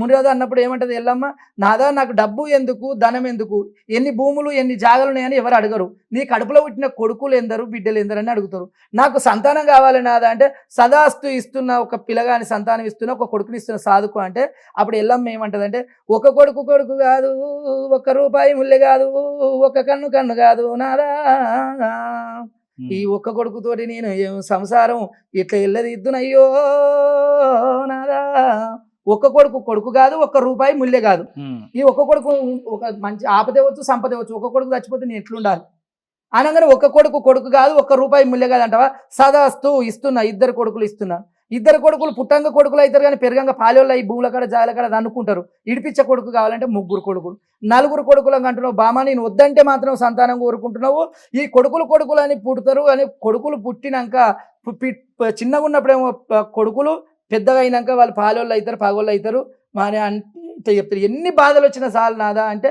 సరే 4 కొడుకులు ఇచ్చిండు. 4 కొడుకులు ఇచ్చినాక మళ్ళీ వెళ్ళాం ఏమన్నదంటే ఆడవిల్ల లేని సాగుదావ రాదు, బ్రాహ్మణులు లేనిది పెళ్లి చేయరాదు, మరి ఇప్పుడు ఆడవిల్ల కావాలిగా, సత్యనో బత్తెనో ఏడుస్తుంది, ఆడవిల్ల ప్రేమ ఉంటుంది, 4 మొగోళ్ళు ఉన్న ఒక ఆడవిల్లు ఉన్న ఒక్కతే ప్రేమ, మరి ఆడవిల్ల కావాలని నాదని మళ్ళీ ఆడవిల్లను ఆడవిల్లను కోరుకుంటే మళ్ళీ సరస్తూ ఇస్తున్న పో అని మళ్ళీ ఆడవిల్లని ఇచ్చాడు. ఇక్కడ ఆడవిల్లను ఈ సంతానం ఇచ్చి ఇక్కడ ఉన్నాక కొన్ని రోజుల తర్వాత పెద్దగా అయినాక పెద్దవాడు పరశురాముడు విద్యనగిరిలలో ఇలా చదువుకొని పోయి బొంగరాల బోటి మీద మనం చిన్నప్పుడు కూడా బొంగరాలు ఆడుకున్నాం కదా, అలాంటి బొంగరాల బోటి మీద పోయి ఆట ఆడుతుంటే రాముడు కొట్టిన బొంగరం పోయి కోమటోళ్ళ పిల్లగానికి తాకుతుంది. తాకినప్పుడు ఆ కోమటోళ్ళ పిల్లగాని వాళ్ళ అమ్మ వచ్చి ఏమంటది అంటే ఎవరు కొట్టిరు బిడ్డ ఎవరు, ఆ రాముడు ఆడు దొంగ ఆడు మంచోడు కాదు, ఇప్పుడు ఈ జనరేషన్ లాగా పిల్లల్ని ఎట్లా తిడతారు అంటే వాడికి ఆంతర్యం ఎందుకు పోయినా వాడు మంచోడు కాదు, వాడు చెప్తినట్టు కాదు, చేతి కూడా 2 కొడుకు దొంగేళ్ళు కొడుకు అది ఇదని తిట్టు. తిట్టు అలా అయ్య చచ్చిపోయినాక 6 నెలలు పుట్టిండు వాడు వీడు అనగానే కరెక్టే, మా అమ్మ ఇంతవరకు నాకు తండ్రిని చూపలే కదా, మా నాయనను గీనే మీ నాయనని చూపలే, మా అమ్మ మా తండ్రి ఎక్కడుండని అడుగుతాను కోపంతో ఇంటికి వచ్చేస్తాడు. ఇంటికి వచ్చి అమ్మ మా నాయనేడు అమ్మ ఇన్ని రోజులాయే అని అడుగుదామంటే ఇప్పుడు ఇంటికి పోయి ఇప్పుడు వచ్చే రాకట్లే వచ్చి అమ్మ మా నాయనేడే అంటే ఎట్లా చెప్తుంది. అందుకే ఆ ఎల్లమ్మ తల్లి దగ్గరికి పోయి అమ్మ నేను ఒక పద్యం నేర్చుకొచ్చిన, ఆ ప్రజలందరూ చెప్పిరు ఒక పద్యము, ఆ పద్యానికి నేను అర్థం చెప్తావా తల్లి అంటే, ఏముంది బిడ్డ ఏ పద్యం అయినా పుట్టంగ పుట్టెడు మంత్రాలు పెరగంగ 1,90 మంత్రాలు బుద్ధులు లేవంగ భూతల్లి అన్నదాన్ని ఏది నువ్వు ఏది చేసినా పచాపటాలుగా నేను నా సమాధానం చెప్తా బిడ్డ. ఆదిశక్తిని అమ్మవారిని నేను లోకమాత నన్ను మించిన వాళ్ళు ఎవరు చెప్తా బిడ్డ అంటే రాజ కచ్చీరి కాడ కూర్చోబెట్టి పాడతామ్మా, ప్రజలు అందరూ వస్తారు, దేవతలు అందరూ వస్తారు, అప్పుడు చెప్పాలి నువ్వు సమాధానం అని మరుగున మాట్లాడి మెల్లగా రాముడు అన్నాడు ఈ కచ్చీరి కాడ తీసుకొని సింహాసనం వేసి సింహాసనం మీద కూర్చోబెట్టి పరశురాముడు పాట విధానంగా వాడతాడు. పాదులేని ఇత్తు ఎల్లమ్మ దేవి ఎల్లమ్మ, ఇత్తు ఎట్ల పెట్టిరి ఎల్లమ్మ దేవి ఎల్లమ్మ, ఇత్తు పెట్టంది ఎల్లమ్మ దేవి ఎల్లమ్మ, మొలకెట్ల మొలసేనే ఎల్లమ్మ దేవి ఎల్లమ్మ, మొలక మొలవంది ఎల్లమ్మ దేవి ఎల్లమ్మ, తీగెట్ల వారేనే ఎల్లమ్మ దేవి ఎల్లమ్మ, తీగవారంది ఎల్లమ్మ దేవి ఎల్లమ్మ, పూతెట్ల పూసేనే ఎల్లమ్మ దేవి ఎల్లమ్మ, పూత పొయ్యంది ఎల్లమ్మ దేవి ఎల్లమ్మ, కాతెట్ల కాసనే ఎల్లమ్మ దేవి ఎల్లమ్మ, కాతగాయంది ఎల్లమ్మ దేవి ఎల్లమ్మ, పండెట్ల వండింది ఎల్లమ్మ దేవి ఎల్లమ్మ, పండు వండంది ఎల్లమ్మ దేవి ఎల్లమ్మ, ప్రజలు తిన్నారు ఎల్లమ్మ దేవి ఎల్లమ్మ. ఇది ఒక్క పద్యం అనగానే అప్పటికి ఎల్లమ్మకు భయం అవుతుంది. అరే ఈడు ఏం పాట పాడుతుండు, ఏం ప్రశ్న ఇది, ఇప్పుడు అర్థం చెప్పాలిగా, దీనికి అర్థం చెప్పాలి ఏంది ఈడు ఏం అడుగుతున్నాను. ఒకటో పాట అమ్మ అని చెప్పి, రెండో పాట మొగుళ్ళేని వాన ఎల్లమ్మ దేవి ఎల్లమ్మ, వానెట్ల కురిసేనే ఎల్లమ్మ దేవి ఎల్లమ్మ, వాన గురువంది ఎల్లమ్మ దేవి ఎల్లమ్మ, ఉరదెట్ల వారింది ఎల్లమ్మ దేవి ఎల్లమ్మ, ఉరద వారంది ఎల్లమ్మ దేవి ఎల్లమ్మ, చెరువెట్ల నిండింది ఎల్లమ్మ దేవి ఎల్లమ్మ, చెరువు నిండింది ఎల్లమ్మ దేవి ఎల్లమ్మ, దాని తూమెట్ల తీసిరి ఎల్లమ్మ దేవి ఎల్లమ్మ, తూము తీయంది ఎల్లమ్మ దేవి ఎల్లమ్మ, పంట ఎట్లా వండింది ఎల్లమ్మ దేవి ఎల్లమ్మ, పంట వండంది ఎల్లమ్మ దేవి ఎల్లమ్మ, ప్రజల బతికిరి ఎల్లమ్మ దేవి ఎల్లమ్మ. మళ్ళీ రెండో ప్రశ్న అన్నాడు. అప్పటికి ఎల్లమ్మకు బాధ అయితేనే ఉంటది, ఏం పాడుతుండు ఇన్ని రోజులు, ఇవన్నీ ప్రశ్నలు లేవు కదా, వీడు ఏదో పంచాయి అవుతుందా, ఈయనకి లేని మాటలు ఎవరు నేర్పిరని ఎల్లమ్మకు బాధ అవుతుంది. అమ్మ ముదముతోటి మూడో పాట పాడతాని, కోడేలేని దూడ ఎల్లమ్మ దేవి ఎల్లమ్మ, దూడెట్ల కట్టేనే ఎల్లమ్మ దేవి ఎల్లమ్మ, దూడగట్టంది ఎల్లమ్మ దేవి ఎల్లమ్మ, లాగెట్ల పుట్టేనే ఎల్లమ్మ దేవి ఎల్లమ్మ, లాగ పుట్టంది ఎల్లమ్మ దేవి ఎల్లమ్మ, పాలెట్ల బితికిరి ఎల్లమ్మ దేవి ఎల్లమ్మ, పాలు విత్కంది ఎల్లమ్మ దేవి ఎల్లమ్మ, దాగి ఎంత కట్టిరి ఎల్లమ్మ దేవి ఎల్లమ్మ. దాగి అంటే తెలుసండి, దాగి అంటే వెనకట ఆవులు కానీ పాలు వింటుంటే కాళ్ళు ఇట్లా అన్నకుంటే రెండు కాళ్ళు ఒక్క దగ్గర వేసి గుంజి కట్టేది దాగి. ఆ పాలు విండది ఎల్లమ్మ దేవి ఎల్లమ్మ, దాగి ఎట్లా కట్టిరి ఎల్లమ్మ ఎల్లమ్మ, దాగి కట్టంది ఎల్లమ్మ దేవి ఎల్లమ్మ, పాలేల వచ్చిన ఎల్లమ్మ దేవి ఎల్లమ్మ. ఈ పాలు విండని పిండి పాలు విన్నాక ఈ తోడు పాలు ఎట్లా కాగబెట్టిరు, దానికి తోడు ఎట్లా వేసిరు, తోడు వేసినాక పెరిగెట్లా అయింది, పెరిగైనాక సల్ల ఎట్లా పుట్టింది, సల్ల పుట్టినాక ఇవన్నీ తర్వాత ఇంతమందిలోనే ఎల్లమ్మ దేవి ఎల్లమ్మ, మా నాన్నగానరాడు ఎల్లమ్మ దేవి ఎల్లమ్మ, రాజగరాజుల ఎల్లమ్మ దేవి ఎల్లమ్మ, మా రాజుగానరాడే ఎల్లమ్మో దేవి ఎల్లమ్మ, మొగలేని పిల్లలు ఎల్లమ్మ దేవి ఎల్లమ్మ, మేము ఎలా పుట్టిన ఎల్లమ్మో దేవి ఎల్లమ్మ, చెప్పు తల్లి చెప్పావే దేవి ఎల్లమ్మ అని అప్పటి కోపం పెంచుకొని రాముడు కొట్టు స్టార్ట్ చేస్తాడు ఎల్లమ్మ. అప్పటి నుంచి చాలా గోస ఉంటది. 7 రోజులు ఎల్లమ్మ కథ ఇది విలేజ్ లో చెప్తే, ఇప్పుడు మీకు చెప్పిన విధంగా ఇది చెప్తే కంటికేడు ధరలు పెట్టి కొంగులు పెట్టి తడిసి, మన ఇంట్లో మన బిడ్డను బాధ పెడితే ఒక తల్లి ఎట్లా బాధపడుతుందో అట్లా బాధపడి ఏడిసిన రోజులు ఉన్నాయి, ఏడిపించేది.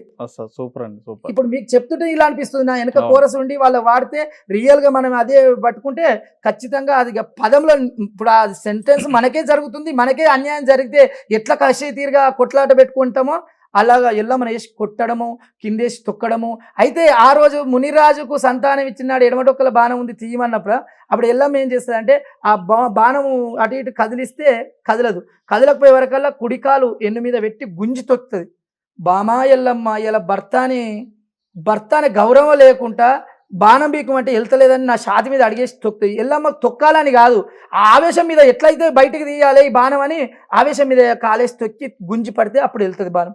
అయితే ఆ రోజే మునిరాజు అంటాడు, బామా నా కడుపులో బాణం బీకమంటే నా ఎద మీద కాలేసి తొక్కి తీసినవు, ఇవాళ నీ కొడుకులు అని మురుస్తున్నావు, కొడుకులు కూడా నీ ఎద మీద కాలేసి తొక్కుతారమ్మా, కొడతారని ఆనాడే దీవెనార్తి పెడతాడు. ఇప్పుడు మీరు చెప్పింది ప్రతిది కూడా ఇప్పుడు అక్షరాలు జరుగుతూనే ఉందండి. దేవతలు కష్టపడ్డది, దేవతలు ఏనాడైతే అవన్నీ జరిగేది ఒక కుటుంబ వ్యవస్థలో జరిగేది ఇప్పుడు కంటిన్యూషన్ గా జరుగుతుంది. సంతానం సంబంధించి కానీ, పిల్లలకు సంబంధించి భార్యాభర్తలకు సంబంధించింది కానీ ప్రతిది కూడా ఇప్పుడు సమాజంలో కనిపిస్తూనే ఉన్నాయి ఇవన్నీ ప్రతి కూడా. ఒక్కటి ఉంటుందండి. సమాజము తల్లి కొడుకులకు ఇటువంటి మరి కనుమరుగు అయిపోతుందని చెప్పని అనిపిస్తున్నప్పుడు మీకు ఎలా అనిపిస్తుంటది? లేదండి. మేము ఎంత టైం దొరికితే అంత టైంలో ఖచ్చితంగా ఇలాంటి కళను ముందుకు తీసుకురావాలి. ఎంత గోతిలకు తొక్కేసినా దాన్ని గొలుసు పెట్టి గుంజే రకంగానే చేయాలనే ఉంది. ఇప్పటికి కూడా మేము టైం సందర్భం దొరికితే ఖచ్చితంగా ఇలాంటి మంచి విషయాలు చెప్పాలి ప్రతి ఒక్కరికి. ఇప్పుడు నేను పూజలు చేసే కాడ పూజ చేసే కాడ ఇప్పుడు ఏదో పోతాము, చేస్తాము, వస్తాము. ఆడ ఒకవేళ కొద్దిగా పిల్లలకు తెలియదు, చిన్న పిల్లలు ఉంటారు, మంచి తెలివి కల్లోళ్ళు, డిగ్రీలు వాళ్ళు చదివేటోళ్ళు కూడా ఇదంతా స్టోరీ ఏందో అని వాళ్ళ ఫోన్లో ఒత్తుకుంటూ ఉంటే నేను కటాకట్ పూజ ఆపేసి చెప్తా నేను. మీరు నిన్న మొన్న పూజలకు రాకముందుకు ఇంట్లో ఉన్నప్పుడు ఫోన్లే ఒత్తుకుంటూ కూర్చుంటారు, మొత్తం ఫోన్లో ముంగట పెట్టుకొని చేస్తారు. ఇలాంటిది ఫంక్షన్ హాల్కు అట్లాంటి పోతే నీ ఇష్టం ఉన్నట్టు తిరగండి, ఏమైనా చేసుకోండి, మాట్లాడుకోండి, అల్లరి చేయండి. ఇప్పుడు ఇది ఏంటిది పూజ. ఈ పూజ విధానం కాడికి వచ్చినప్పుడు కూడా మీరు అట్లా ఎందుకు చేయాలి అని ఖచ్చితంగా వాళ్ళను నోరు తెరవకుండా చేసి, ఇప్పుడు ఏ విషయం అయితే నేను చెప్పదలుచుకున్నా ఆ విషయం వాళ్ళ చెవుల పట్టేటట్టు ఖచ్చితంగా ఒక 100% నేను వాళ్ళని మొత్తం వాళ్ళ కోపపడి తిట్టి వాళ్ళ ప్రేమకు బుజ్జగించి అయినా ఖచ్చితంగా వాళ్ళను నోరులు బంద్ చేపించి నేను చెప్పేది ఆ ముక్క విన్నాక ఇట్లుంటుంది ఆ స్టోరీ, ఇట్లా తెలియదు. మా ఇంట్లో ఇదివరకు 4 పండుగలు చేసిరు కానీ వాళ్ళు వేరే వాళ్ళు చేసిరు, 4 times పండుగ చేసిరు కానీ మాకు ఇలాంటిది ఎప్పుడు తెలియదు. మాదేందో మేము చేసుకునేది, వాళ్ళేందో వాళ్ళు చేసుకునేది. అంటే అది కాదు విధానం. ఈడ ఏం చేస్తున్నాం, నేను నోరు బోంగా ఒర్రి ఇక్కడ పూజ చేస్తున్నా. ఈ పూజను తూతూ మంత్రంగా మామ అనుకుని సపరేట్గా తక్కువ చేసి పోతే నీకు గుర్తుపట్టవు, నువ్వు అడగవు నన్ను. కానీ అది కాదు నాకు కావాల్సింది. ఇక్కడ చేసినాము అంటే ఆ భగవంతుడి కన్నా ఆ 2 విషయాలు చెప్తే ఆ భగవంతుడు కూడా స్వతహాగా వచ్చి అరే శభాష్రా ఈయన కష్టంలో ఫలితం ఉంది అని గ్రహించినప్పుడే నేను పూజ కాంచి బయటికి వెళ్ళాలి అనే తత్వము నాకు ఖచ్చితంగా ఉంటుందండి. నేను ఇప్పుడు ఏ రకంగా చెప్పినా నా పండగ కాడికి పోయినప్పుడు కూడా ఇప్పుడు నేను ఒక్కసారి చెప్తా కదా, వాళ్ళు ఖచ్చితంగా భయపడతారు. ఇప్పుడు అప్పుడు ఏమైనా పూజ అయ్యే టైంలో ఖచ్చితంగా కుయ్యమన్నట్టు ఈ పక్కలు అంటారు సైలెంట్ ఉండు. ఎందుకంటారంటే వాళ్ళకి తెలియదు, నేను చెప్పినప్పుడే కదా వాళ్ళకి భయం వచ్చేది. మళ్ళీ వాళ్ళు ఎట్లా మామ అనుకుంటా పోతే వాళ్ళు ఏదో ఫోన్లో ఒత్తుకుంటా నవ్వుకుంటా వాళ్ళు ముచ్చట పెట్టుకుంటా మనదేందో మనం చేసుకుంటే వాళ్ళకి ఏమర్థమవుతుంది, ఎందుకు వాళ్ళకి గంగా అని ఉంటుందండి. మనం పూజ చేస్తుంటే మల్లికార్జున స్వామి కానీ ఎల్లమ్మ తల్లి కానీ గంగా పూజలు, బీరప్ప స్వామి గంగా పూజలని మన ఇంటి నుంచి ఒక హౌస్ ఉన్న కాడికి, ఒక బాయిల కాడికి, సిటీ అయితే ఒక చిన్న ట్యాంక్ ఉన్న కాడికి పోతాం. పోయినప్పుడు మనం ఎందుకు వెళ్తున్నాము, ఈ నెత్తిలో దేవులు పెట్టుకొని ఇవన్నీ కొట్టి మాట్లాడి ఇవన్నీ చేసుకొని ఎందుకు వెళ్తామండి? మనం దేవుని సేవ ఊరేగింపు చేస్తున్నాం, ఆడికి పోతున్నాం, ఆడి ఏం జరిగిందని నువ్వు చెప్పాలి పక్క వాళ్ళకు. నీ ఇంట్లో ఎల్లమ్మ పండుగ అయిందంటే మా ఇంటికాడ ఎల్లమ్మ పండుగ అయితే స్వామివారు మంచిగా చెప్పాడు, కొన్ని విషయాలు గిట్లనంట అది గట్లనంట అని ఆ 2 విషయాలు నీ చెవుల పట్టప్పుడే నువ్వు చెప్పగలుగుతావు. తూతూ మంత్రంగా నువ్వేందో చేసుకుంటే నేనేందో చేసుకుంటే అంత దూరం ఎందుకు పోవాలి, అవన్నీ ఎందుకు చేయాలి అనేది ఖచ్చితంగా నేను చాలా మంది ఉంటారు మా భక్తులలో కూడా అందరికి తెలుసు. అమ్మో లొల్లి చేస్తే స్వామి తిడతాడు, కొద్దిసేపు నిశ్శబ్దంగా ఉండాలి. తర్వాత నువ్వు ఇప్పుడు ఒక ½ hour 1 hour 2 hours ఉంటుంది, అప్పుడు నిశ్శబ్దంగా ఉంటారా? దేవుని మీద దేవుడా మాకు ఏదైనా వరం ఇయ్యి, నేను పెద్ద డ్యూటీ సంపాదించుకోవాలి, నా డ్యూటీ ఇంకా పెంపు కావాలి అని జరిసే పట్టుకుంటే దేవుడు అన్న కొద్దిగా ఆలకిస్తాడు కదా. నువ్వు మాట్లాడుకుంటా నేను మాట్లాడుకుంటా నీ స్టోరీ వరుతా ఉంటే నువ్వు మాట్లాడుకుంటుంటే ఎట్లుంటుంది అనేది ఖచ్చితంగా చెప్తా.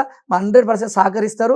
దీన్ని ఎంత వీలైనంత మటుకు దీన్ని ఎంత తొక్కి వేయాలనుకున్నా గొలుసులు పెట్టి గుంజుకొచ్చి పెద్ద భారాన్ని నెత్తిలో పెట్టుకొని నడిపియాలన్నంత శక్తి మా ఒగ్గు పూజారులందరికీ కూడా ఉంటుంది. ప్రతి ఒక్కరు కూడా సాధ్యమైనంత వరకు కొంత ఓపికను బట్టి చేస్తారండి. ఇప్పుడు నేను ఒక్కటి అడిగితే నేను 4 సమాధానాలు చెప్తున్నా, దానికి మొత్తం క్లియర్గా చెప్పేదాకా నా మైండ్ ఊకోదు. నువ్వు అడిగిన దానికి సమాధానం చెప్తే నాకు అట్లా ప్రశాంతత ఉండదు.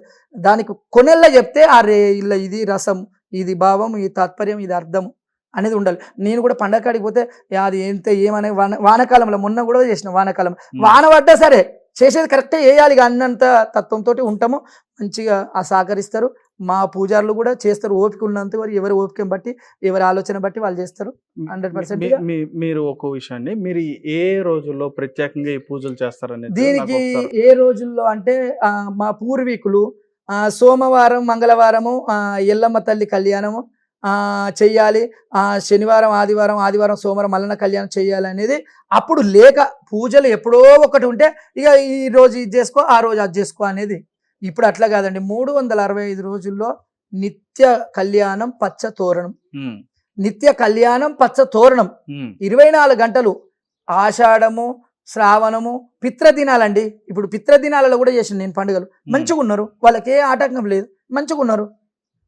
అంటే నేను చెప్పేది ఏంటంటే ఏ దినము అష్టము నయాలు కాకుండా ఇప్పుడు మనం కళ్యాణం చేస్తే ఇంట్లో దంపతులు బియ్యాలు పోసుకుంటారు, కొత్త వస్త్రం ధరించుకుంటారు. అష్టము నయము లేకుండా చూసుకొని ఏ దినములైనా పండుగ చేసుకోవచ్చు.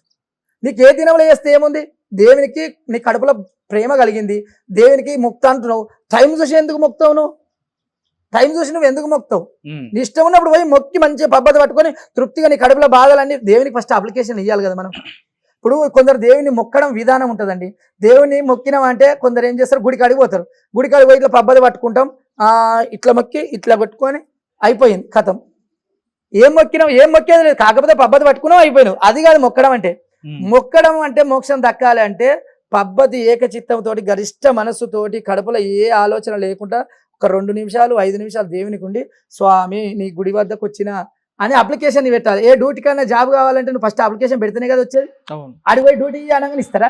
ఈ దేవునిది కూడా అంతే.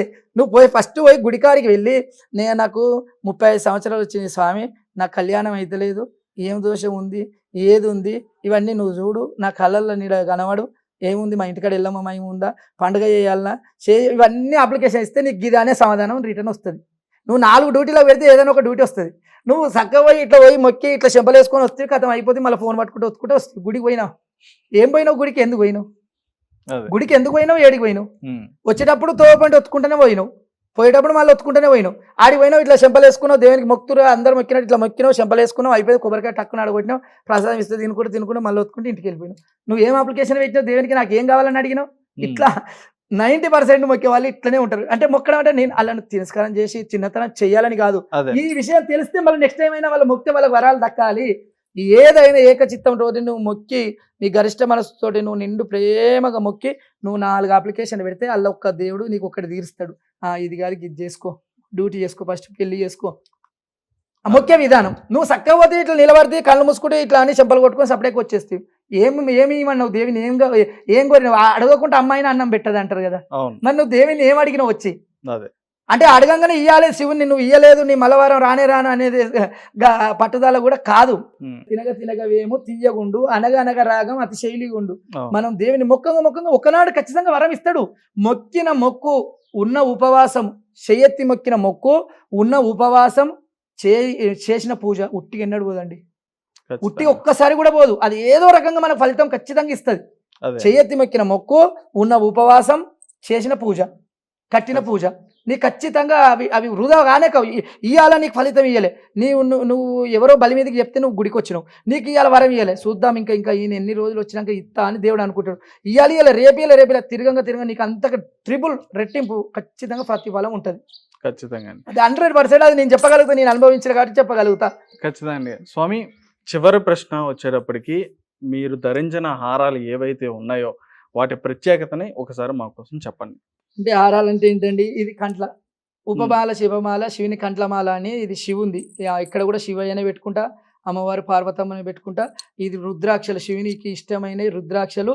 ఈ రుద్రాక్షలతోటి కంట్లమాల అంటారు. ఈ కంట్లమాల కంట్లంలో ధరించుకునే మాల, ఇది కంట్లమాల. ఈ మా ఒగ్గు పూజారులు సాధారణంగా అందరూ వేసుకుంటారు. వాళ్ళకు అతి దగ్గరలో ఉన్నది, వాళ్ళు ఏ రకంగా తెలిస్తే వాళ్ళ ప్రాసెస్ ఎలాగుంటే వాళ్ళు వేసుకుంటారు. నా ప్రాసెస్ ప్రకారంగా నాకు నచ్చినట్టు నేను చేయించుకొని నేను దాన్ని పూజ చేసుకొని నేను 24 గంటలు బయటికి వెళ్ళిందంటే ఇది నా మెడలో కంట్లమాల, ఎన్ని ఆభరణాలు ఉన్నా ఎంత ఏది ఉన్నా నాకు ఈ శివుని కంట్లమాల అనేది ఖచ్చితంగా ఉండవలసింది. ఇది శివుని కంట్లమాల. ఇది తెలుసు, కపాలమాలలు, కపాలమాల. ఇది అమ్మవారి కాళికామాత సింబలు, కాళికామాతకి ఇష్టం, కాళికామాతకు చాలా ప్రీతిగా ఉంటది. ఇది కపాలమాల అండి. ఇవి నేను ధరించుకున్న ఆభరణాలన్నీ ఇవే. ఓకే అండి, తప్పకుండా. చాలా చాలా మంచి విషయాలే ఈరోజు మీరు చెప్పడం జరిగింది. మాకు కూడా చాలా తెలియని విషయాలు కూడా మేము తెలుసుకోవడం కూడా జరిగింది. చాలా ధన్యవాదాలండి.